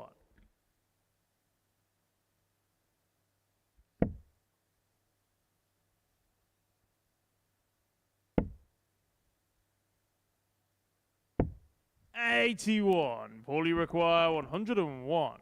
He's himself on tops after 12. Hogan to level back up at 2 apiece. He's going to get a dart at double 18. To take 65. Out the 101. He's already taken it out once tonight. He's not going to do so 40. For a second time. Yeah, double 18's his go-to, isn't it? Every time you go to it and miss, you offer an opportunity to your opponent. 1 dart left in hand. This would hurt. Oh, and hurt it does. Flag, Jim McEwen. And it puts Jim McEwen in the box seat in this contest. He's 3-1 to the good. It's Jim to and the importantly first. here, has the darts to get the job done. Hogan averaging just under 98 in this game. Has scored tremendously. But the biggest difference in this match is the fact that both players have had 5 darts at a double. But Hogan missing 4 at the outer ring. Mchuan missing just a couple. 81.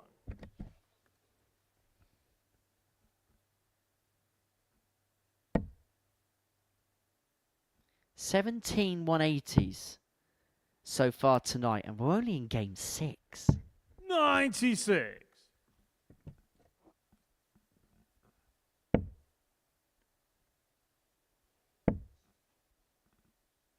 Been quite the night here 100. at the Live Lounge. Yeah, well, Hogan's not going anywhere here. It's not job done just yet for Mchuan. Hoagie's battling back.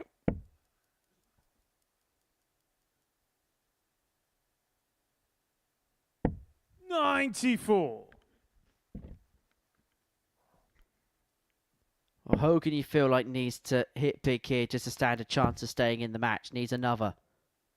Heads down for cover, gets the cover. 137. But still, this is a game in the palm of the hands of Jim Mchuan. 6 darts on 230 to complete a 4-1 win and to finally get on the board tonight.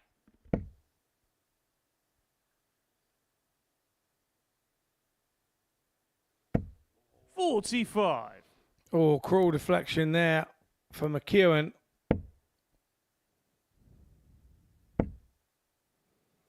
That treble makes Hogan look favourite now for the leg. 99.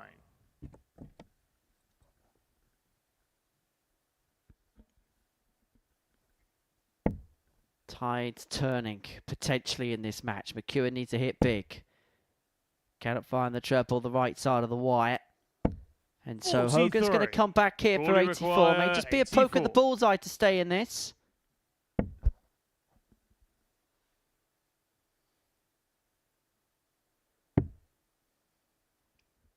Treble 16 leaves double 8. 68. Decided to go that way despite the fact that McEwen's on 142 to win this contest, and it would be his first win of the night. He's not going to take it out. Hogan comes back. He readies himself in the background for free in hand at double 8. Yeah, he's shaking his head. Knows he's done the right thing. 82. Paulie requires 16. But now it's about doing the right thing again. Game shot on Which the he fifth duly leg. does. Paul Hogan. Nicely finished by Paul Hogan. He now has the advantage of throw. 6th leg. It's Paul to throw first. And he will fancy his chances of going 3-3 here, but Mchuan will have other ideas. He'll be able to throw with a bit of freedom against the throw here and try and 140. shield the Hogan attack of this leg off.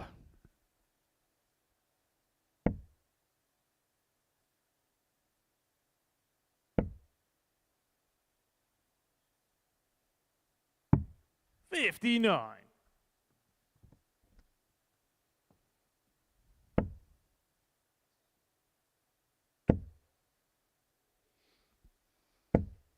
$100. Yeah, valuable last dart find again for Hogan.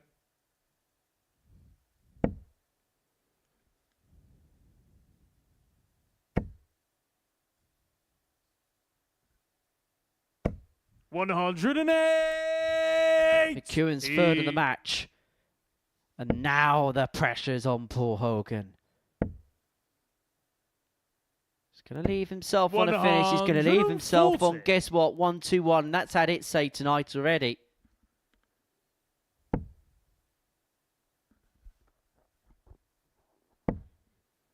Haven't had a 4-3 yet this evening.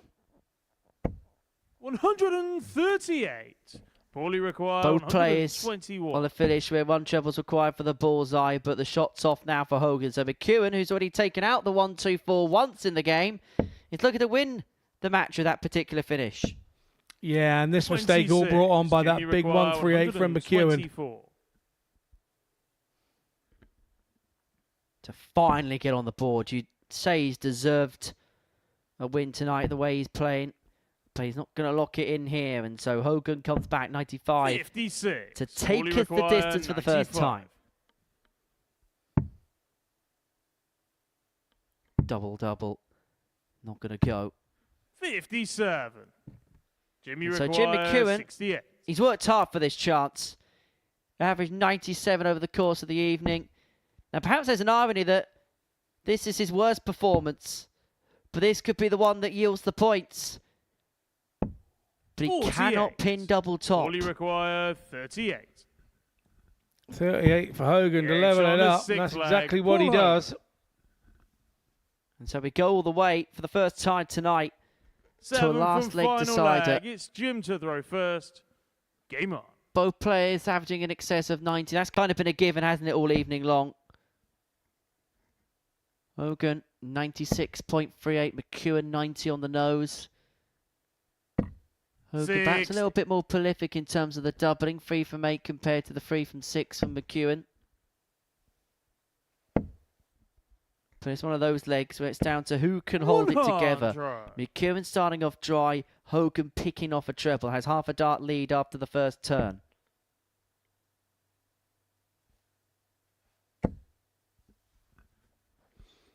Nicely done from McEwen, no matter where the last goes. 140. He is not budging. Forcing Hogan here to hit 2. Definitely needs one just to keep himself level. Finds that one. And so effectively, this game has been reduced to nothing more than a 301 shootout.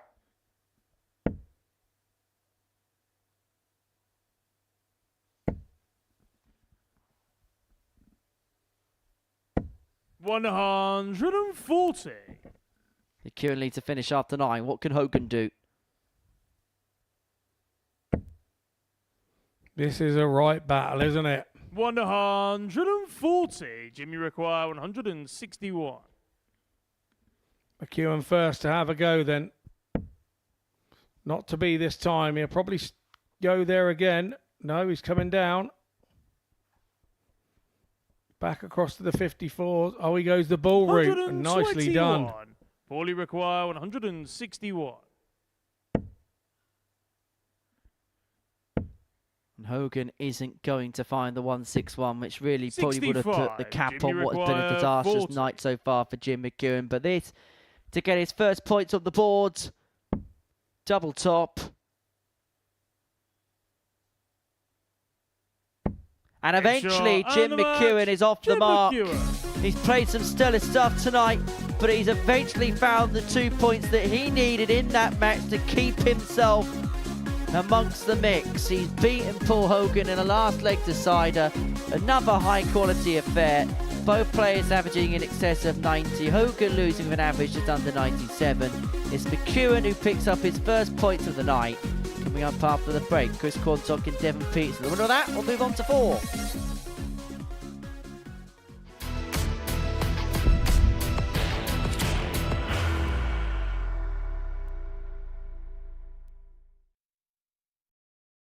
Are you ready to lift that trophy, Darius? Yes. Let's do it then. Ladies and gentlemen, your Modus Super Series 9 champion is Lucky D, Darius Lewandowski!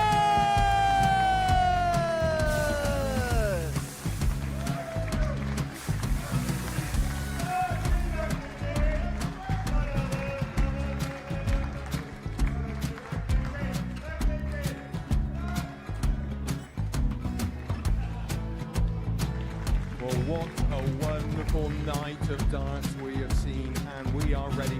Our champion is ready, and it's trophy. So receive the trophy. £25,000. The new Modus Super Series champion, the Terminator, Marvin Van Velzen.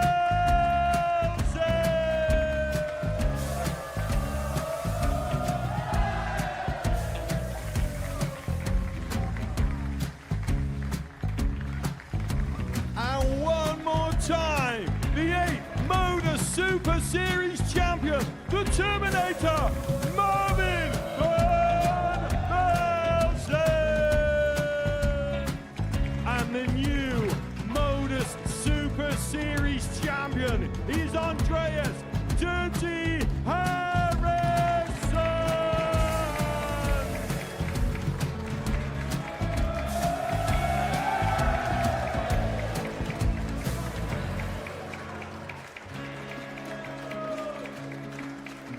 And one more time, the 7th Modus Super Series champion.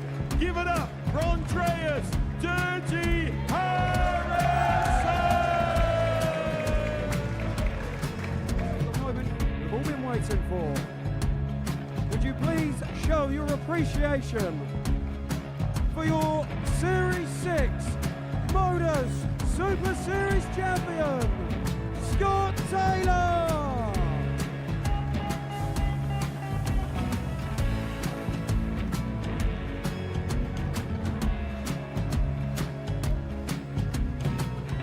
One more time, your new Modus Super Series champion.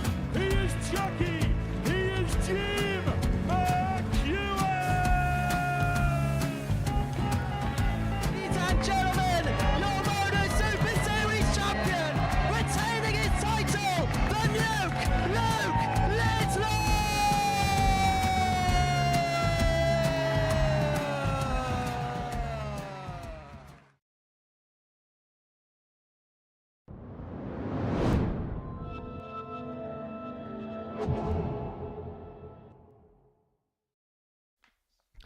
Welcome back to the Modus Super Series. The stage is very much empty now, but next week there will be some familiar faces that you may have seen before plying their trades here in Portsmouth.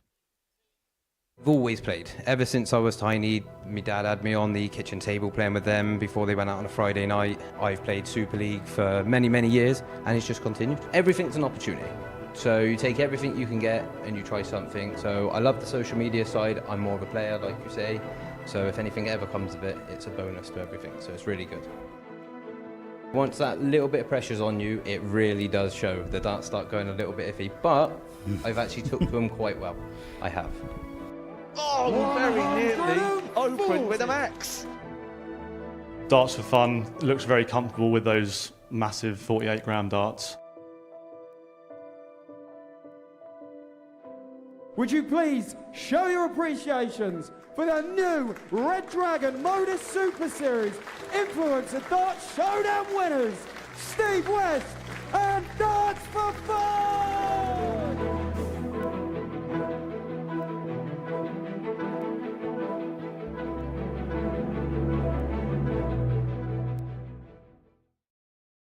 And I bet he's glad he's not in this group, isn't he?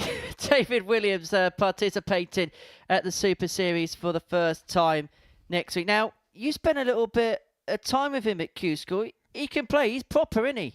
Yeah, he can play. I think sometimes he underestimates himself a little because he's in a room full of, like, we were at the Pro Tours and it was a challenge tour as well. So, you know, he's in there with sort of more experience than he has. But, yeah, he goes toe-to-toe. He was winning games there, and yeah, I'm looking forward to him coming here. And he's just a genuinely nice chap as well. He really loves his darts. He loves the social media side of what he does, and he really enhances the sport and gets it to people that maybe we can't get it to.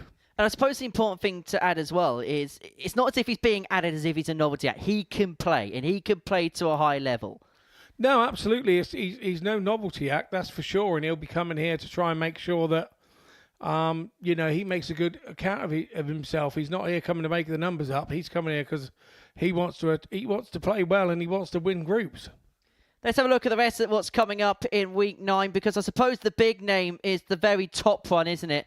In Group A, Mervyn King making his debut here at the Super Series. It'd be interesting to see how Mervyn acquits to this format.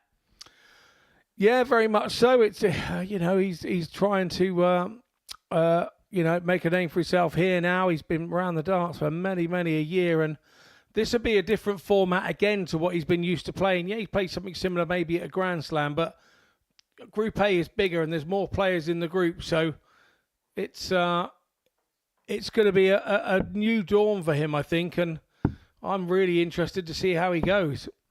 Gets underway Monday morning, 9:30 here on Pluto TV.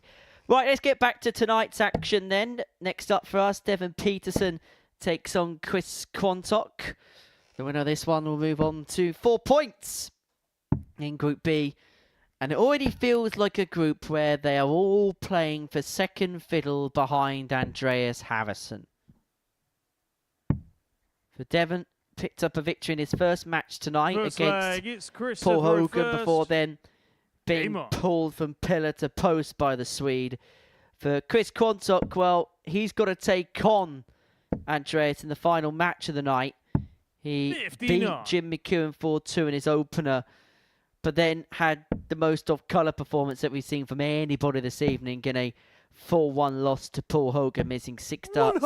That's a double in that contest. And for both of them, they'll look at this as an opportunity.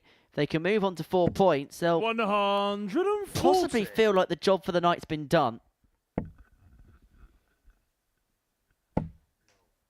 Yeah, with it being a smaller group, you soon start running out of games.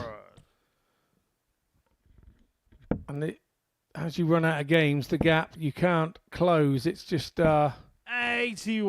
If your opponent's winning and you're winning, even though the gap only looks like 2 or 4 points, it's very difficult to close it down. 95.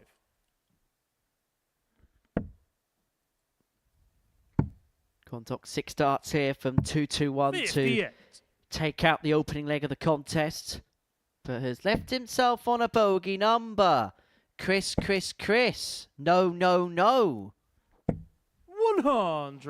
Yeah, having a little mutter to himself there behind Devon.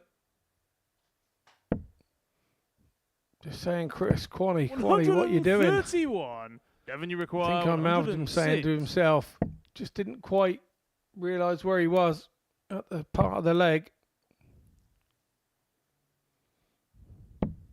86. Chris, you require 32. Well, luckily for Quanny, he can get himself out the Swanee if he can find double 16.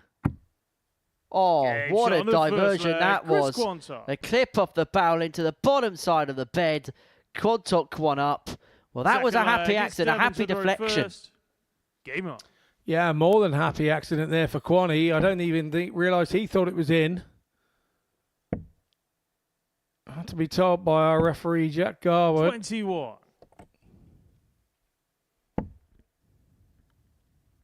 Well, even we needed to have a double take, and we have the best camera angle of it.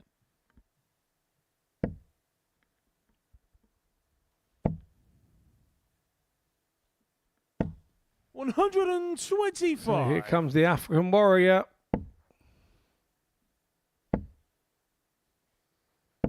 $60. I feel that Devon's got to start stringing some of these scores together to make an impact here. 100.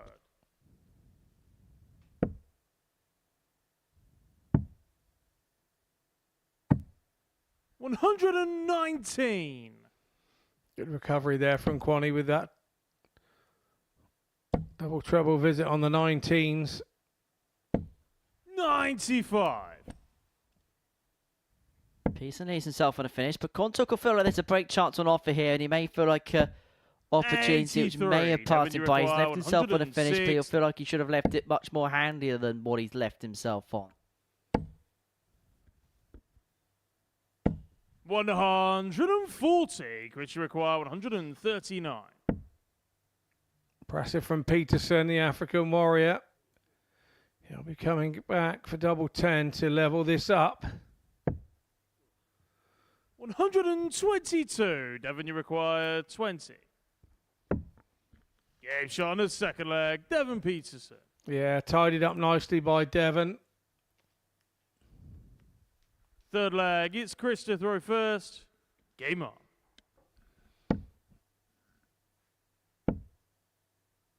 Well, full of place names. Devon from South Africa, who lives in Bradford.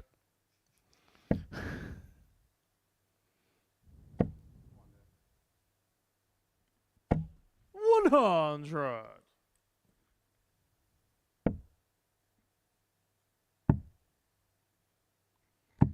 $58. Have you ever got behind the... Have you ever heard the story of why Devon's called Devon? I have, but I can't remember it off the top of my head. 140. Well, let me enlighten you. Deon Peterson's birthday is the 4th of June. 137. The 4th of June is also National Devon Day. And so, from what we've been told, or what he's told us, 6. the validity in it, I'm assuming, is there. That is where his name derives from. National Devon Day. Well, that's lovely, isn't it? 41. I wish I could have said that in a Jethro accent. I know he's Cornwall, isn't he?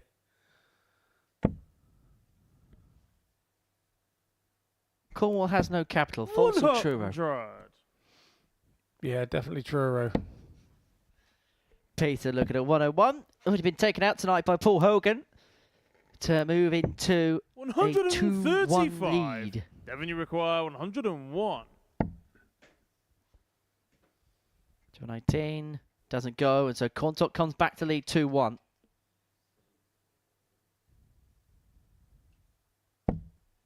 $89. Chris, you require 70.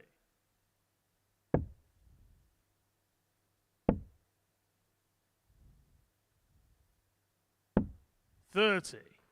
Devon, you require 12. So 2 6s. Trapdoor. 6. Falling Chris, down you the trap. require And he 40. could find himself in a hole before too long.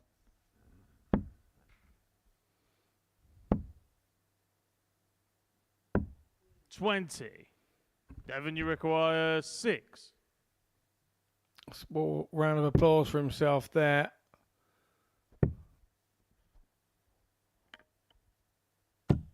Game shot on the third leg. Deon Peterson.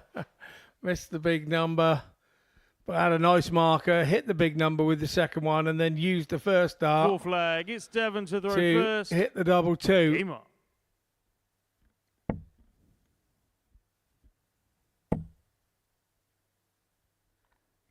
And Chris 6. Quantok in the background basically yelped, wow. That probably sums up a night if you feel like things aren't going your way. 140.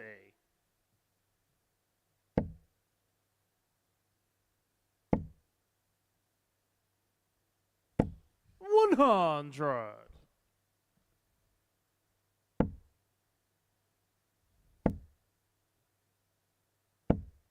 $100.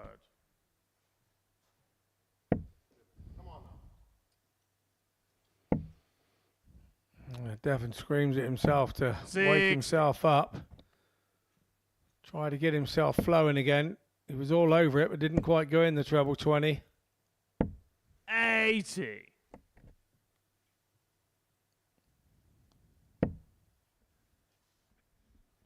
Once again, he's got to start getting that first dart right, hasn't he, Devon? 41. Having a few problems with it, and then it turns out to be a blocker. Quantok here with an opportunity to break back, having been broken in the previous. Leads himself in 60 after 12, and Peterson unable to find that scoring power in this leg until now. 100. Chris requires Prime 60. Devon would have maxed all over that. That time, the ricochet unkind. 40. But I hope Devon, he's you got 3 require more. 140. But that hope is because Peterson can't take out the 140. Another one of them. Perfect. Double 10. Doesn't go. 130. Chris required 20. Good attempt from Peterson.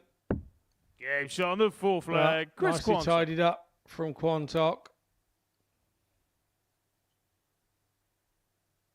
Fifth leg. It's Chris to throw first. Anguish Game etched all over the face of the African warrior. He will settle himself. He'll now go through his processes. Very much looks at the game from an analytical viewpoint.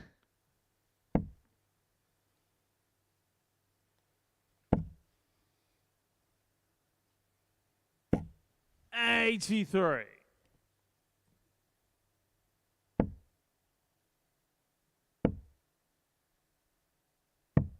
$91.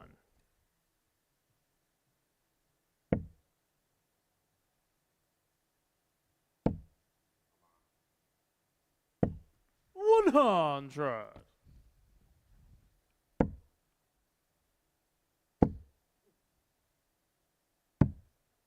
23.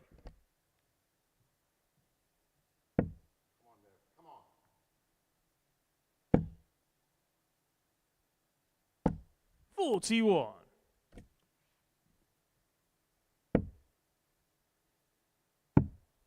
Both struggling to get the first start right so far in this leg. Could it be that it's a kind of bit tense and nervy affair now at 2-2? It's turned into a best-of-3 shootout. With Quanny having the darts. 140.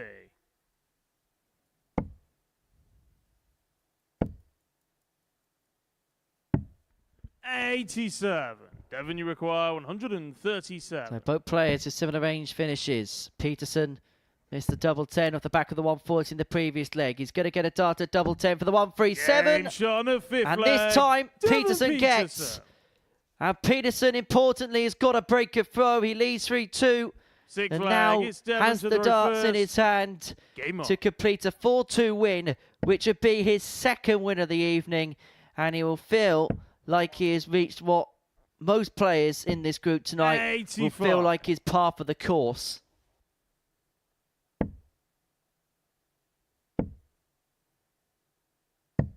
$91.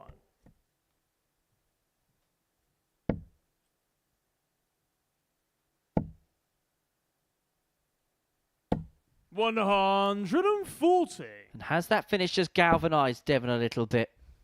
Certainly giving him momentum, hasn't it? 78.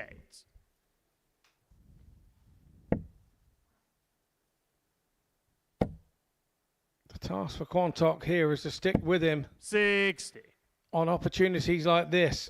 You feel that 100 is a minimum requirement here. Any more than that is a bonus. 100.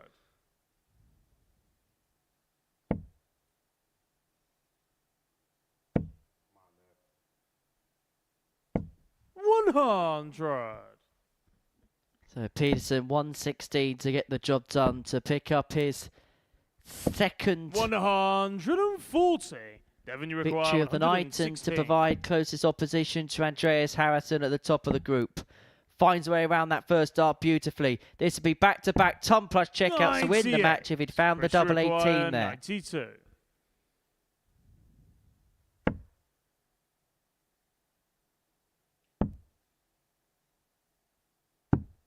$76.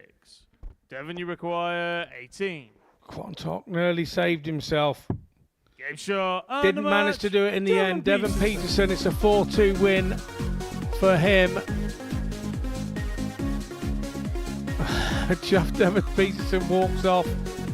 88.40 for Devon, so just shy of the 94 from 10 on the doubling, which is 40%. Probably the difference in the match for him between Quantok there, 2 from 10 for Quantok. We head into a short break, and when we return, we will have Paul Hogan taking on Andreas Harrison.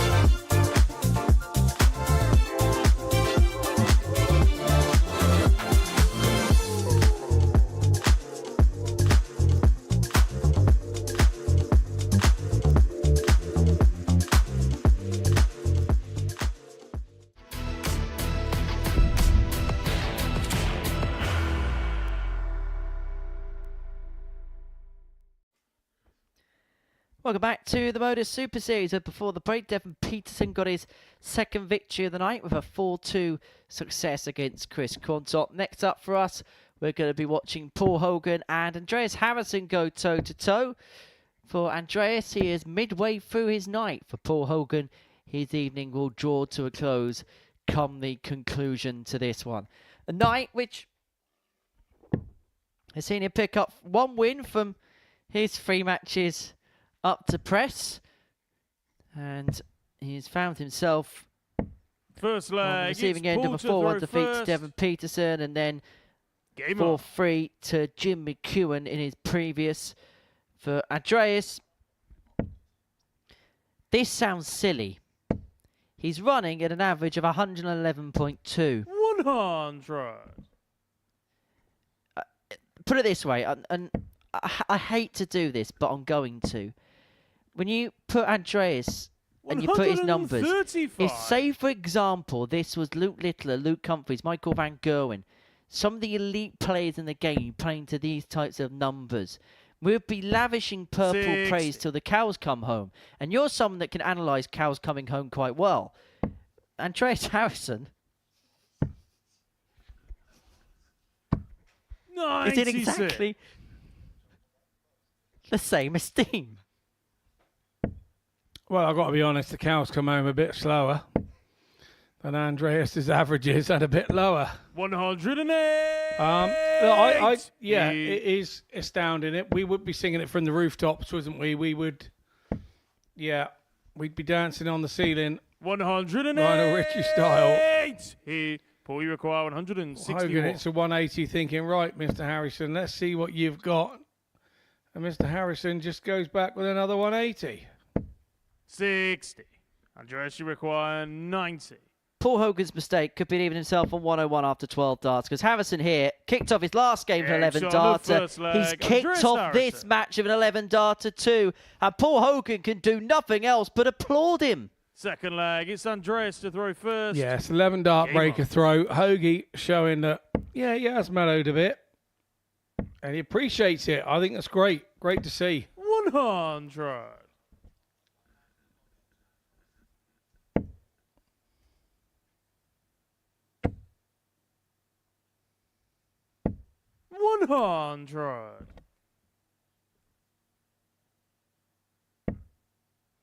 Well, put it this way. If Harrison wins this week playing these types of darts, I'm going to make an obvious observation. 85. I think he might get Group A at Champions Week. Well done, Albert Einstein. Brilliant. 108. But I think even I'd worked that out. And I missed a lot of my exams at school. I think even Leonard Gates could work that one out. 100.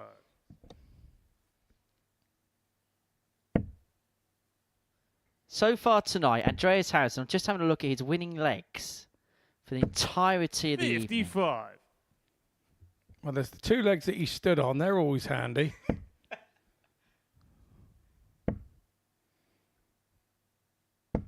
Hoagie's left himself on a bogey once again. He's had 2 legs all night, Andreas, over 15 darts. The whole night. It was 16 and 17. Andreas, you require I can't believe he hasn't just put his darts in the cases and walked out. Well, we know the synergy of this 1-2-1 checkout. And he almost took it out with a double 14 as opposed to the bullseye. 107.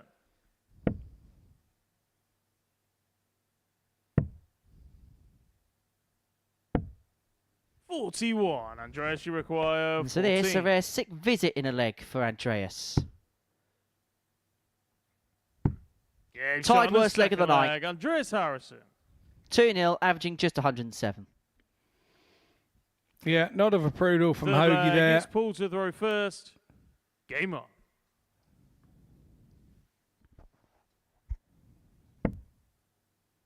And still, Scott, he hasn't had a troublous visit all night. 100. And that is the astounding stat for me. Oh. Oh. 58. Commentator's curse. He's just sent up. Thank you very much.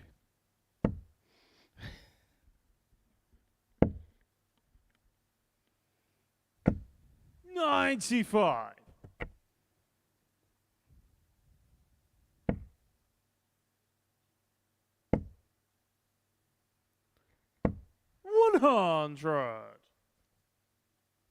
Well, so far in this game, we're 3 legs in. Andreas, 7 visits of 1 treble, 1 visit of 2 trebles, and 1 visit of a max. 59.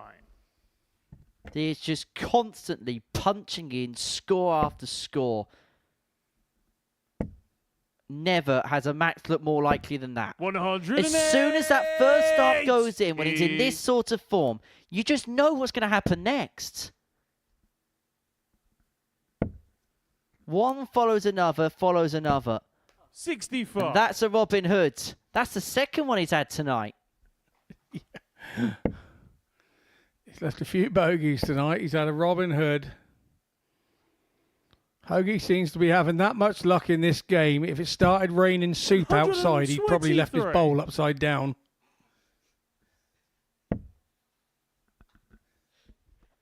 Harrison's left tops after 12. The average has gone up to just under 110. 60. Paul Hogan's just smiling amidst the onslaught he's being subjected to here. Game shot on the third 14 leg. darter, Andreas 3-0 Harrison. double break. And at this present moment in time, Andreas Harrison is quite simply Fourth leg. It's untouchable, Andreas to throw irresistible, first. irrepressible. And a leg away from making it 3 wins out of 3. 60. Averaging 14 darts per leg. Yeah, he's getting worse. He's gone from 11 darts down to 14. 85. It's just stratospheric stuff here from Andreas. 100. I know you say we heap the comparison to some of the top players in the game. You could have 4 other tour card holders, 4 random tour card holders in this group of Andreas, and they would find it very hard to live with him in this kind of form. Yeah, I totally agree.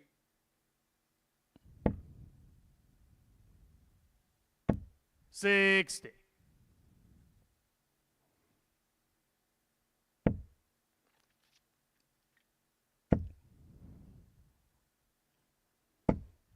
I think the hardest thing that Andreas is going to have to do today is probably go out in the wind with that beard and try and comb it back straight when he gets to the hotel. 108. This is crazy. He's averaging 105, and it's his worst performance of the night so far by 6 points. 100. Andreas, you require Paul Hogan shakes his head. He's probably resigned to his fate. He probably expects this 101 to go. It'd be some way to wrap it up. Double top. 61. He's missed. All you require 161. Yeah, he must be ill. Somebody take his temperature. Something wrong with him. The irony is, he is ill. 57. Some from a bit of a Andreas, you cold. require But at this 40. present moment in time, he's running red hot. Now it's slipped towards the line. Double 16. 24. Genuinely, this is the first time tonight 104. I've had a look up at my stat screen and I've seen the average of Andreas Harrison drop below a ton.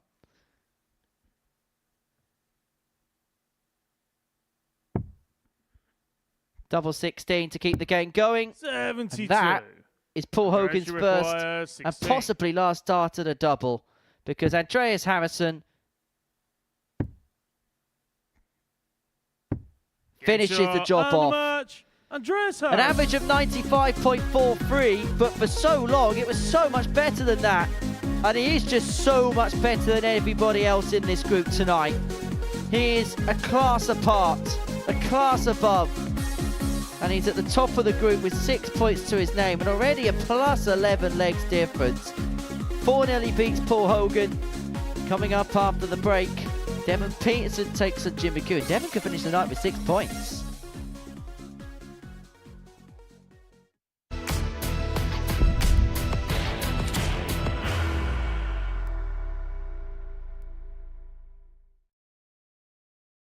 Are you ready to lift that trophy, Darius? Yes. Let's do it then. Ladies and gentlemen, your Modus Super Series 9 champion is Lucky D, Darius Lewandowski!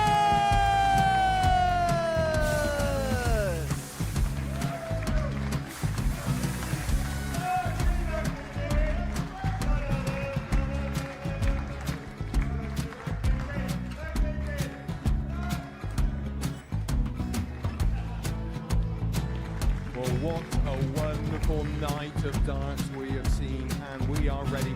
Our champion is ready, and it's trophy. So receive the trophy. £25,000. The new Modus Super Series champion, the Terminator, Marvin Van Velzen.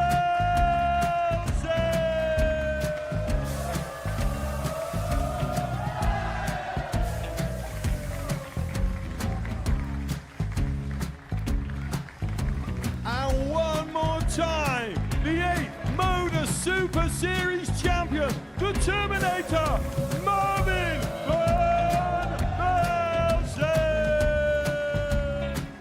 And the new Modus Super Series champion is Andreas Dirty Harrison.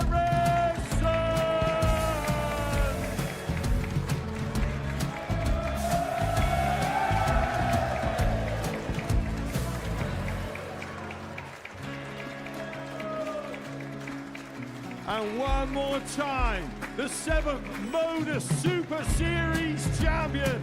Give it up for Andreas Dirty Harrison!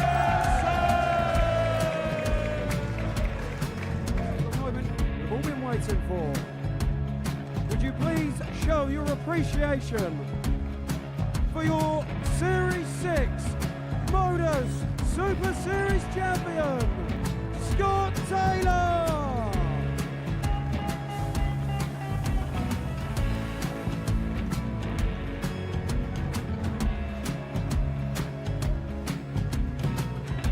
One more time, your new Modus Super Series champion. He is Chucky. He is Jim Mchuan. Ladies and gentlemen, your Modus Super Series champion, retaining his title, the Nuke, Luke Littler!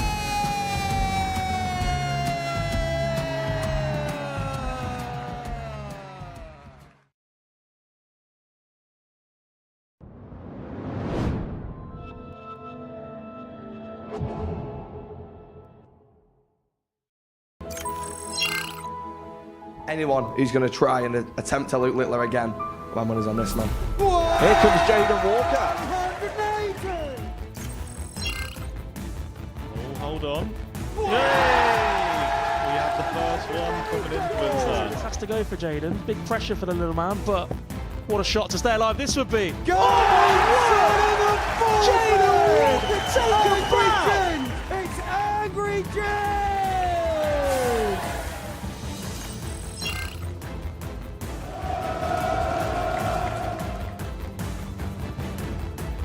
For a 2-0 lead, who saw this coming? James on the second leg!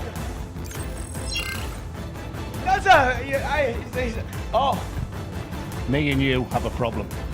A serious problem. I am the 3 times champion of the world. What a nervy game, a nervy encounter. He is the favourite now to go on and win it, and he's trying to get...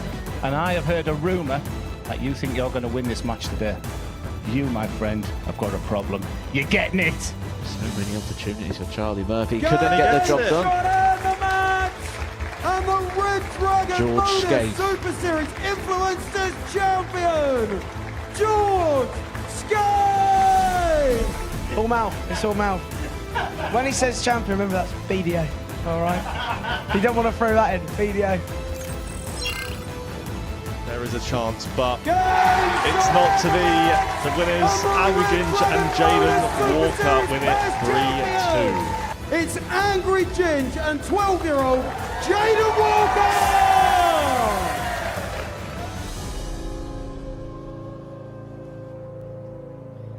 Yeah, we are back on the 11th of May for the latest edition of the Modus Super Series Influence event. And as you can see, some familiar faces there. Jimmy Van Schie. Haven't seen him yet this series. We'll see him soon. Robert Thornton, John Henderson, Peter Achuri of Kenya, alongside the 12-year-old sensation that is Jaden Walker. Right, let's get into the crux of the action here then, because before the break, Andreas Harrison, with an average of just 95.43, just the 3-180s, got the better of Paul Hogan by 4-0. That ends Hogan's night with 2 points to his name. Next up for us, Deon Peterson takes on Jim Mchuan. A win here for Peterson would mean that he would find himself on 6 points, and he will be providing closest opposition to Andreas Harrison going into tomorrow's play. Remember, Andreas still to play Chris Quantok at the end of the night.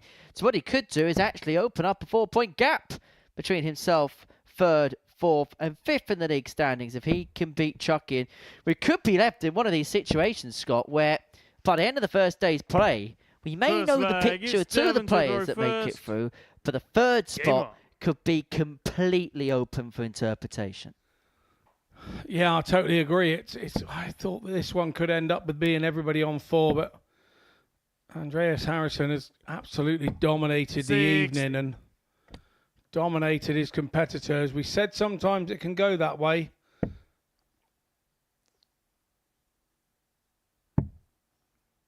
And we've got Andreas Harrison in the stats so far, averaging just 10 points above the next best player in the group. He really has grabbed it by the scruff of the neck and owned it. 100. And he's made himself very difficult to even get legs off of, let alone beat. But he still has one more to go this evening. He plays Quantok in our last game after this one. At the moment, it's all about this one. And it's his 9th 180 of the evening. And he's down there in 4th place in the table on just 2 points. I don't know. Just one of those evenings for Jim. He's walked into them on their best games against him. And I think it will be one of those nights where he reviews it that way. He hasn't really done much wrong. He's performed at a very high level. I mean, he lost 4 with an average of 102, for goodness sake. I think you just have to put this one down to experience and down to a horrid experience at that. Peterson himself firing all cylinders at the beginning of this contest. Mchuan on a finish after 9, but the 167 may be the only chance he gets to win this opening leg, because Peterson 61 to open up a 1-0 lead. 91. Devon, you require 61. 25 to leave double 18. Double 18 got 14 data. Peterson 1 up. Second leg, it's Jim to throw first. And Peterson with a win here, as I mentioned, would move 4 clear of everybody else apart from Andreas.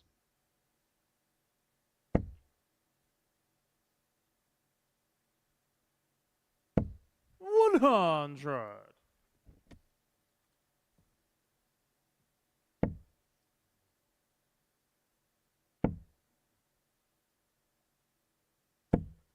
$41. Disappointing visit there for Dev. Last dart clattered off of his second dart and into the 1. But Mchuan is just being Mchuan-like. He hasn't played bad all night. Like we've said, he's just walked into players playing their very best stuff. 100. Well, this is more like the Jim Mchuan that used to scoop up titles on pretty much a monthly basis at Ye Olde Lively League in Southampton. 140. Well, 40 there, leaves a 1-2-1 after 9. Second leg in succession, he's left himself handy after just 3 turns to the board. 100. And this time he's got space and time. 121. So what are you taking this out tonight? That ended on the ball. This one started on the ball. 54 left. 81. Tops after 12 to level this match up.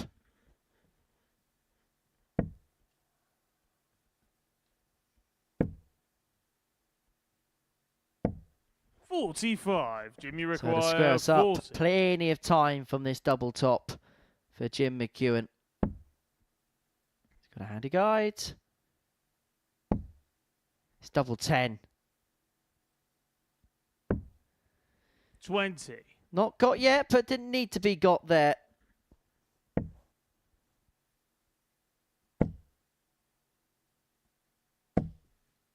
$140. Jimmy required 20. But now there's pressure on this double 10. Game shot on the And how many second times leg, does that Jim happen when McEwen. a player has breathing space, they miss a few in hand, and as soon as their opponent taps them on the shoulder, they pin it first time Third of leg, asking. it's Devon to the Yeah, right it's first. called knowing how far to take Game on. them.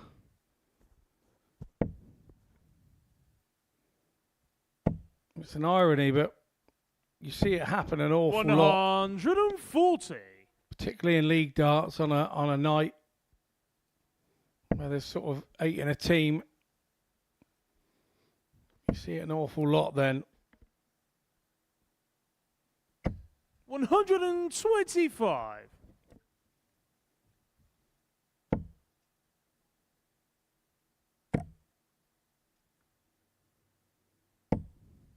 $55.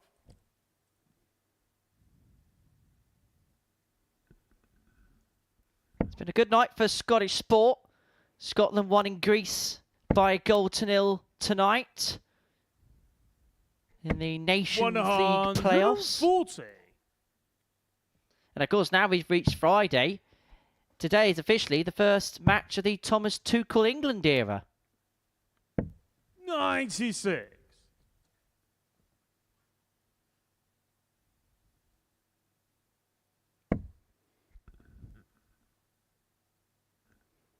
As for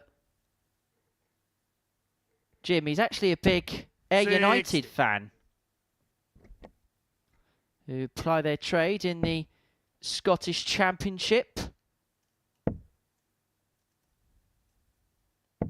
60. And they find themselves third in the league. It's Falkirk that lead the way from Livingston in second. One of my favourite team names are in there, Greenock Morton. 134. Devon, you require 150. He'll probably stay there because that's a good lie. 134. Jimmy require Pressure applied 42. to the McEwen 42 here. As he attempts to break a throw, 2 at tops. Game shot Only on the needs third the leg, one. Jim McEwen. Nicely done from McEwen. Fourth leg, it's Jim to the row first. Game on. How many times have we seen that sight tonight? The average graphic comes up and a player averaging in excess of a ton.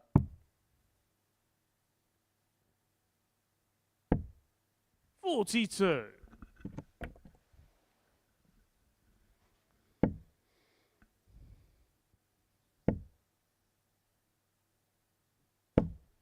$100.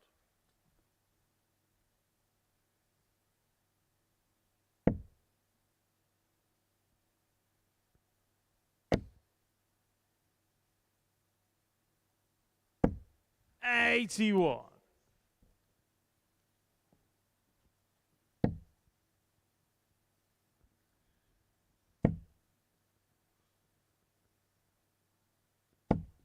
$100. Devon plugging away here, trying to break back the McEwen throw. But McEwen here having none of it. 140. Continuing to persevere. And Peterson with his turnies and making inroads, and McEwen may have salvaged a leg here on throw, which could have gone in the converse direction.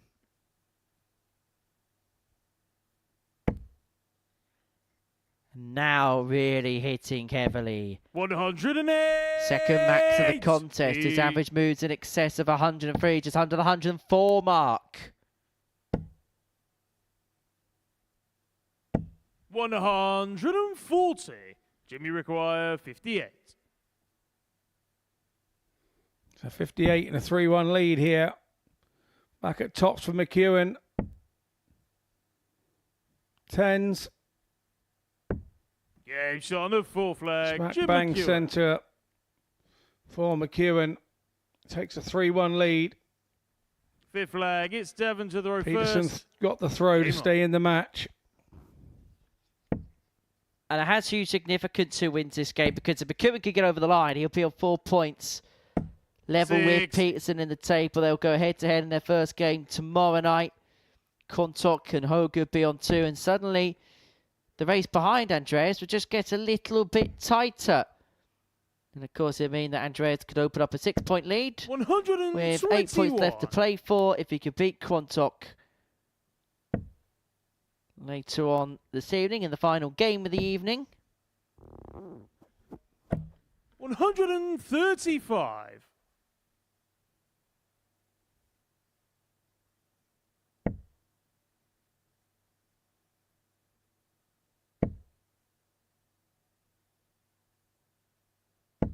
$140. Good visit that, but a good match this, as you can see in the leg-by-leg, play-by-play mini table down the bottom of your screen.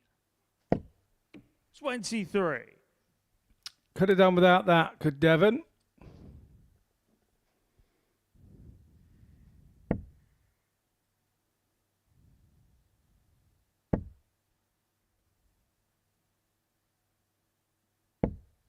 $100.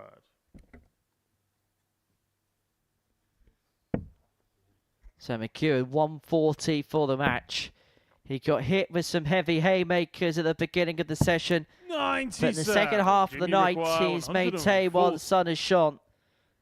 And this has been a glistening performance, an average in excess of 104. Is he going to round his night off in some style with some fanfare? Double 10. 130. Just in tight.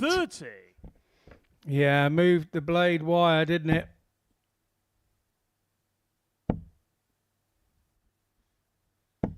$140. 4 points is par for the course. Peterson may have to accept it. Double 5 for McEwen to get over the line and finish off with an average of 104.1. And you have to say 4 points is more than this evening. He got hit by the 111 of Andreas. His performances all night long have been really impressive. Hasn't strayed under the 90 mark at any point. 2 ton plus averages, including the best, which was saved till last. 104.1 in a 4-1 win against Deon Peterson. He moves on to 4 points and into second place in the table. Harrison Quantok rounds off the night next.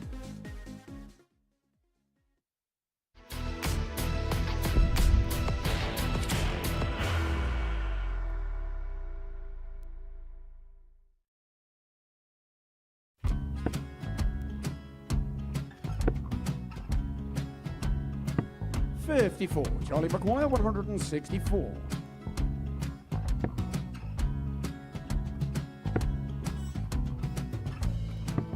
$44.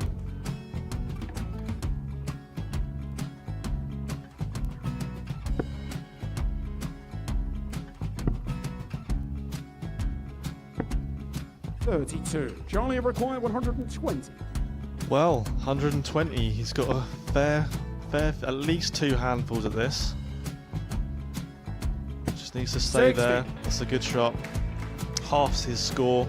Leaves himself on a 2-darter.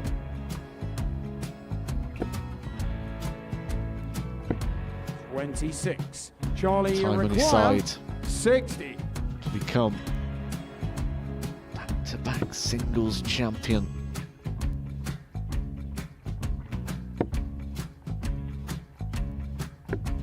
$40. Definitely a couple of nerves in those last 2 darts. But he'll be coming back. It's a moment he's been in before this situation. Standing at the back of the stage, Charlie approaching the required oche with a 20. chance to win the title.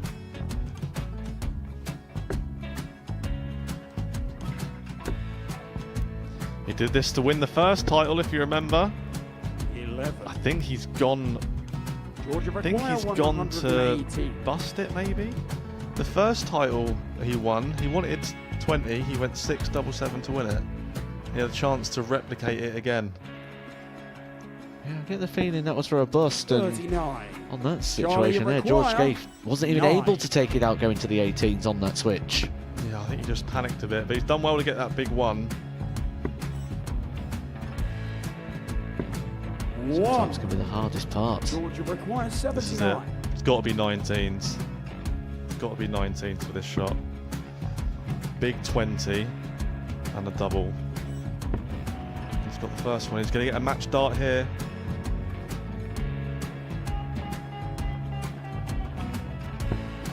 $59. Charlie Threw the entire body into that one. Just didn't want to let go of the dart.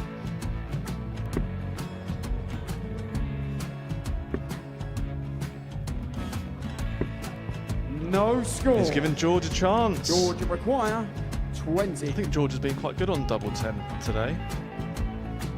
So many opportunities for Charlie Murphy. Couldn't get the job done. And the match! And the Red Dragon George Modus Skate. Super Series Influencers Champion, George Skate!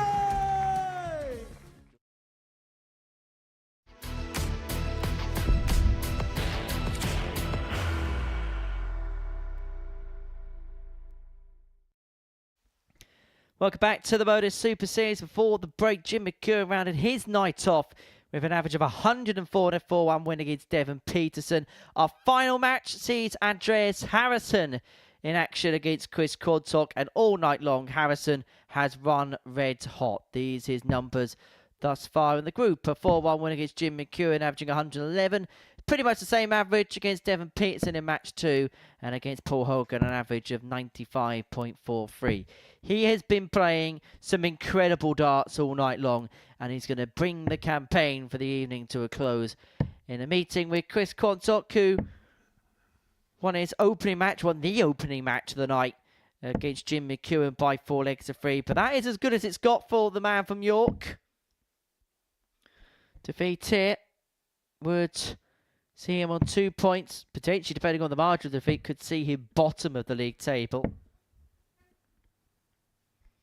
But for Andreas Harrison, well, he's been unstoppable, an immovable force.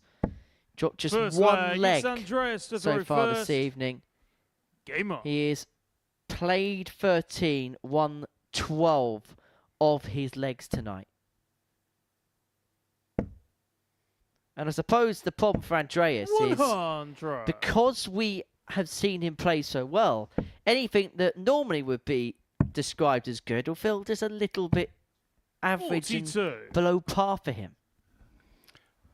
Yeah, I suppose it would, but like you say, dropped just the one leg, and that was to a Jim Mchuan at the time, averaging 102 at the end of the match. So that's the sort of average you've got to do to get near one leg with him this evening. 96.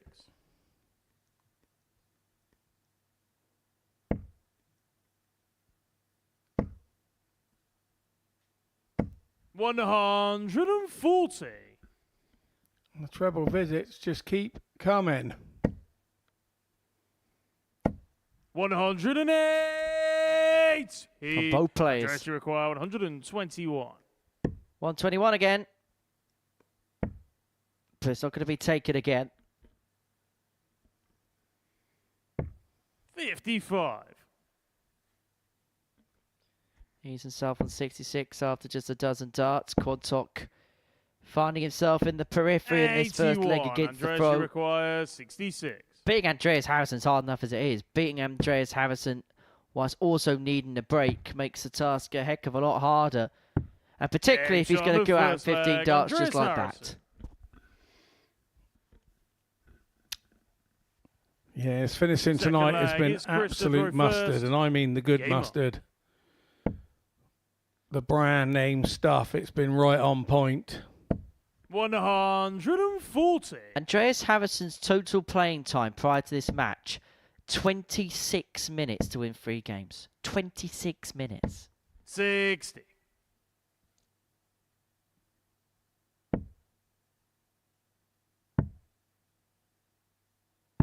58. To put that in comparison, he's won 3 matches in a quicker time than the longest ever game here. 100.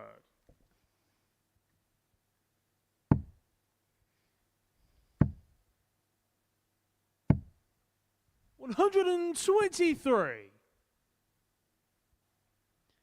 But perhaps he's a victim of his own success here because Chris Quantok has raised his game. But Andreas Hampson saying, you can raise your game all you like, pal. I'm just going to continue to obliterate the treble 20 bet. Yeah, that's the only way I know how tonight. That's what he's telling him. 60. And you have to agree with him, it is. So 161. I was just about to say, he's not really safe.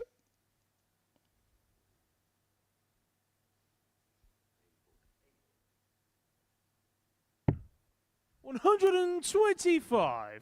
Chris, you require 120. It's a treble fest from Andreas Harrison for sure. Quantok's going to get a dart at tops here, and he takes it. Nicely done Chris Quantok. from Quanny. Bit of Yorkshire grit there. Third leg, it's Andreas to throw first. And the thing is, he knew he had to take it. Otherwise, he knew he was going to be 2-0 down. You have to give credit where credit is due. 85. He's not going to lie down and get his tummy tickled, is Chris Quantok. And that 43. is just the second leg all evening Andreas Harrison has conceded. Yeah, and it's having to be shots like 120 to get him. 140. McEwen shot an 86 to get him, I think, for his one leg. 41. Imagine averaging 102 and that's only good enough for one leg. Harrison here is back in range, back above the 110 mark, and back bossing this match. 108. And if this goes, it will be Andreas, the third 11 darter he's had tonight. And by the way, we should also mention there could be another record in play here. 4-180 split between the pair, and we're only in the third leg of the match. The record altogether is 9 Littler Gilliland. 96. Andreas, you require. This goes the 40. whole hog. There's a massive chance that could be broken. Game shot on the third leg. Andreas Harrison has other ideas. 14 darter, 2-1. Fourth leg, it's Chris to throw first. Game on. Still in that 100 average bracket. 94. And high 100 average bracket, 107.34.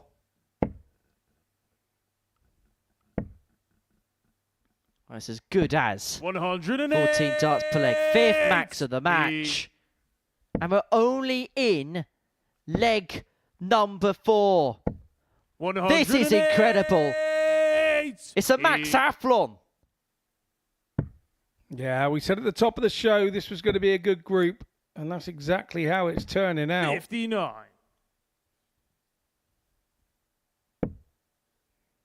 Don't worry, we got more of this tomorrow night, folks, because they're all coming back. 77. If it is only half as good as this evening, we are in for a treat.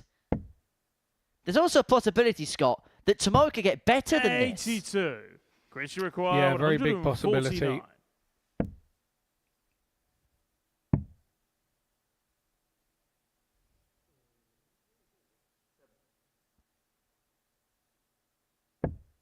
89.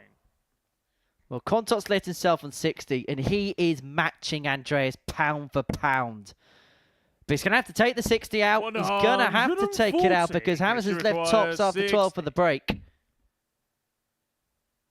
Hanging on to the coattails of the Super Swede. Double 10, you sense his must hit. 40. It's not. And so Harrison comes back for 3-1, averaging 109. For number 14. Game shot on the full And that flag. is pretty much the level he's playing to all night long. Average of 107, indicative of the fact that he's pretty much averaging 14 darts Fifth per leg, leg. it's And in Andreas this to kind of reverse. mean mood, Game on. it's going to take something out of this planet to try and defy him. 85. Yeah, really special stuff from Andreas. 58. We asked the question, could he continue it after that first 111 in his first match? I think I can answer you now, Henry. 99. Yes, he can.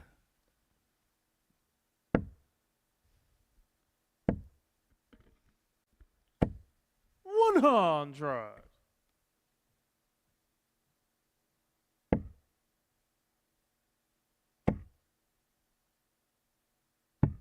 59. Well, that, something very rare. 82.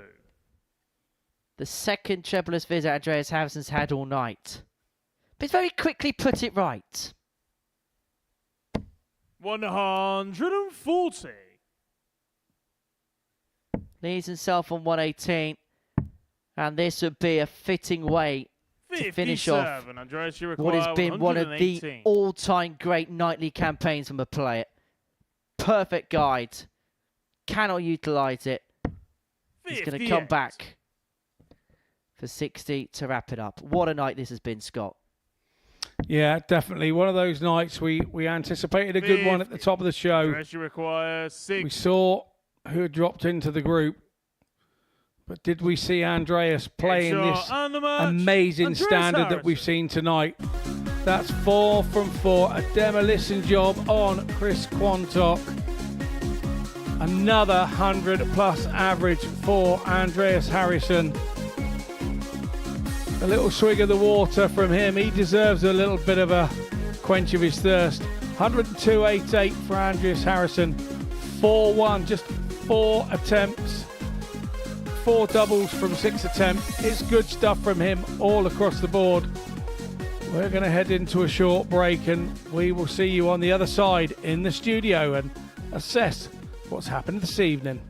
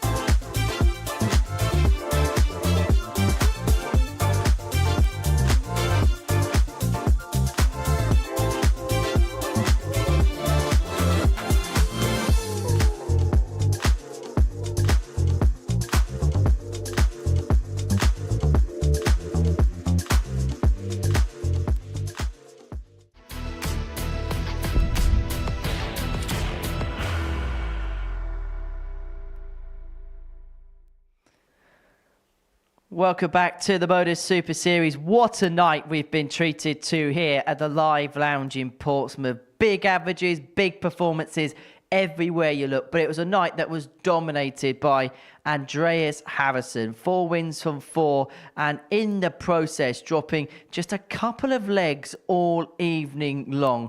This is how the table looks. 16 legs won, just 2 dropped all evening long, 8 points to his name, and an average just under 105 for the entirety of the session. Jim Mchuan and Deon Peterson on 4 points each. Paul Hogan and Chris Quantok both with work to do on Friday evening. But it's fair to say that tonight has been about one man and one man only. That is Andreas Harrison. He joins us now in the studio to reflect upon this evening. Andreas, many congratulations. Have you ever played as well as that, as you have done tonight? I don't think so. It should be the one of the best. Well, we haven't got it on record if you have, so if you let us know if you did. No, I don't think so. And I don't really realize it myself, so... Did you get an inkling that you're going to produce something like that tonight? Or is it sometimes a case of when you go up there, you just feel really good and it just flowed as a result? No, yeah. It flowed by itself tonight. It did. I was just thinking before the night, I said, one win, get one win, then you're in for the Friday. And yeah, I couldn't dream of this. And I suppose that's the key thing, isn't it? Just building the foundations, just get yourself a foothold in the group, and then once you get that one win, I suppose you can really build that campaign. Was that the thinking? Yeah, of course. If you don't get a win on Thursday, it's really hard.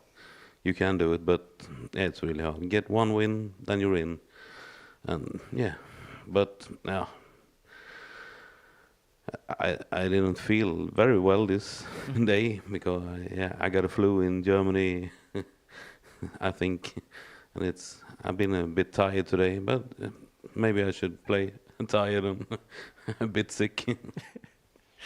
I wouldn't recommend going around places and getting ill, but I can understand what you mean. I suppose as well, Scott, does that, when you're not feeling perhaps 100% in yourself, can it actually relax the mind? Because I suppose you're not really 100% thinking about the darts. You're thinking about not feeling all too great here. It seems to have done with Andreas. It's taken his mind off the game, and he's probably thinking a little bit about being ill. And he said, he came in here thinking, he's not quite on it. He's a little bit tired.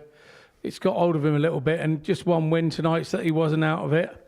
Good night's rest and try and come back and finish the job tomorrow. Well, I can tell you, you've probably finished the job tonight. You're looking for one win tomorrow, and that'll be enough probably. But you don't want to look like that. You just got to play one game at a time. But another thing tonight, you'd only missed a treble. I think we recorded you only had 2 visits without a treble this evening. Okay, that's fantastic. That helps. When you wanted to do 100 average, that will help if you're not missing trebles. So just an outstanding performance. Do you know how good the first 2 averages are? Yeah, I heard it. They won 111, both of them. 111 for your first 2 games. Now, this is the Deon Peterson match that we're showing you the end of here. A 4-0 victory. Deon, who himself has had his moments tonight, but I think even he knew that with you in that kind of form, it felt like a hard task for everybody else. It must have felt so good out there when you were flowing like that. Yeah. I looked in the practice room when Jim was throwing and said, wow, what many 180s can he throw? He throw 180s all the time. I saw I got 4 there. Can't believe that. And you missed 4 darts at a double on that one and still managed 111. Oh, yeah. Then the scoring helps. In terms of nights, now we've spent a lot of nights sat here in this commentary box, sat here in this studio, talking about players, assessing what have been good nights, and I'm trying to rack off the top of my head in terms of a player's overall numbers over the course of the session. I genuinely cannot remember a session with as good numbers as that. No, it just kept coming. We thought when he hit the 111 for the first one, can he repeat it? And I said it's very difficult to repeat that. Sometimes you'll drop off. You went and repeated it again and did another 111, And then we're starting to think, and I think you were running 100 for most of the other game that was a 95, but you missed a few darts at a double at the end of that one, and that dropped you from 102 down to about 95, and then to go and produce another 100 average again, I don't think we've seen the likes of it of an evening, that's for sure, and I think you're going to go a long way, well, maybe unless he does it again tomorrow night, to see it again. Is that part of now the pressure going forward? Because you played so well tonight, how difficult is it then to go into tomorrow? You're playing okay, but is there a feeling of, how do I then back this up? Yeah, it's probably going to be hard, but I'm going to try. We'll see. Yeah. You can't predict as a player. It just felt good tonight. Every time you threw them, they plop in, and another night you can be there and the darts feel great in your hand and you hit nothing. It's a strange game, and that's why you, as a player, sort of take everything that comes your way. It's lovely when it goes right, like tonight. Sometimes you got to hold your hand up to your fans and go, well, it didn't quite happen today, but I gave it my best, and that's all I could do, and that's probably what he'll do tomorrow night. Yeah, it felt like if anyone hit a 180, I think, yeah, I can do that too. I think I had a couple of answers to the 180s. And yeah, it felt like easy to hit the triple. Hopefully it does that tomorrow too. Have you got a taxi waiting outside, Andreas? I know it's 1 o'clock in the morning, but have you got a taxi waiting outside? Because 35 minutes was all it took you to complete all 4 games tonight. Oh, okay. Wow. Yeah. No, I'm not in a hurry. I don't have to sleep. I wish we could get paid good money for 35 minutes worth of work. Well, there is something to be said about it, isn't there? It's just, a mind-blowing evening. And we said at the top of the show that this could be a really even group you throw a blanket over, which I thought. But I didn't anticipate Andreas going and setting about the other guys as he did this evening. You know, there was always that possibility that one player could dominate if they could get a good start. Well, I've never seen a group dominated like that. But I think every game has been even. It's been even games all the night. Even if I won them, they've been there. If I had missed the double, they have been there. And, I mean, you take out what Andreas has done and you look at the overall numbers from everybody else, you could probably have picked a player tonight in most other group situations and say that they were the standout force. There's more than a possibility of that. We were discussing it in commentary as the evenings were going through, you know, and I think you beat Jim McEwen. Jim McEwen had 102, and you beat him 4-1, and you're saying if he'd have been in any other group in the last couple of weeks, that sort of averages would have been, he'd have been winning games 4-0 with a breeze. So, it's the guys have gone away. They're a bit scolded tonight. They're a bit damaged tonight, but they'll come back fresh as a daisy tomorrow, and they know you're the man to beat in the group now. So they'll all be trying to make sure their best game comes out against you tomorrow. Yeah, I feel chased. Well, you started it, is what they'll tell you. You started it. They're trying to do it back to you. But Jim McEwen himself, average over the course of the night of 97. Again, we go back to it. Any other group, he would have been the dominant force. He lost his first 2, and it could have been so easy, the way he played, his head to drop at the end of it. But credit's got to go where credit's due. He responded quite well towards the end of the session.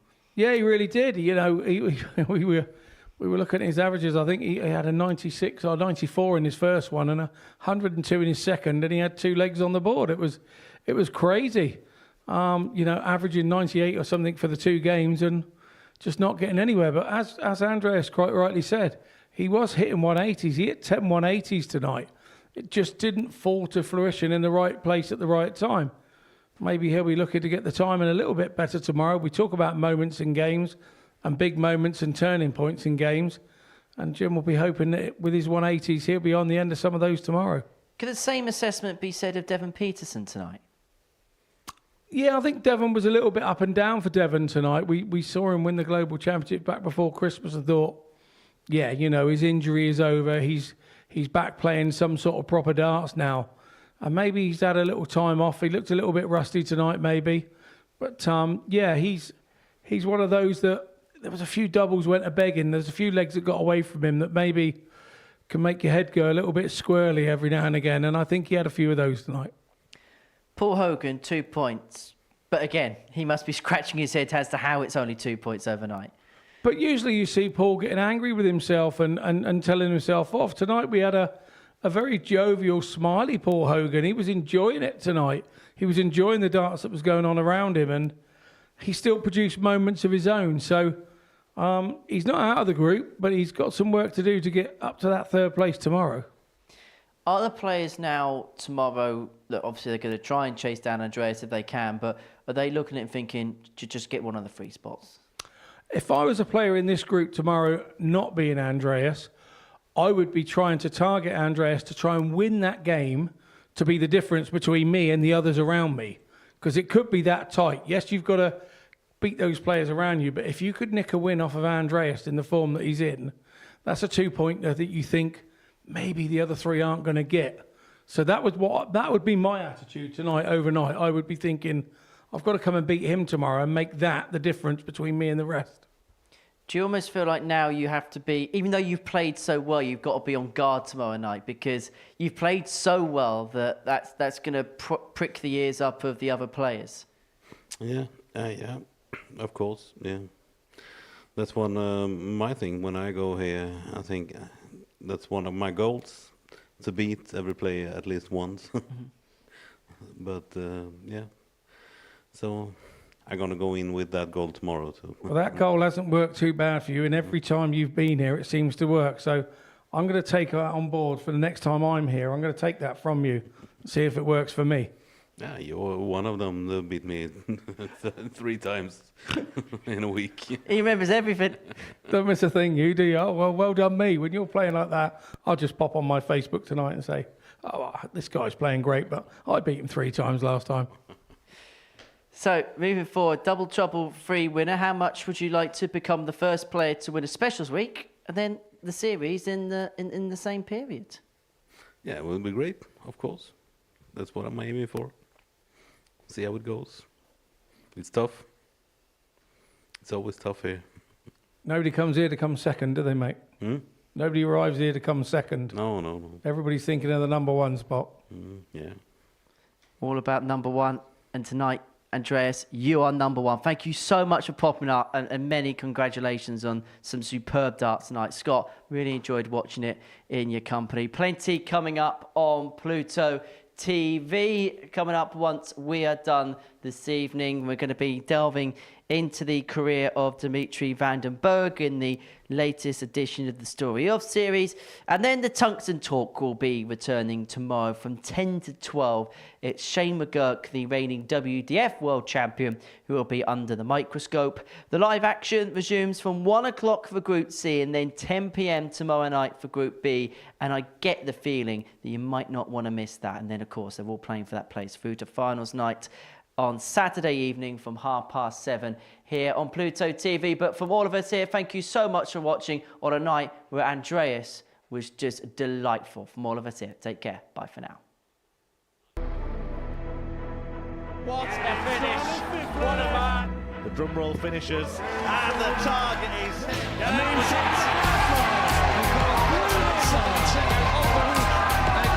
finals night, and it's a knockout. Andreas, Dirty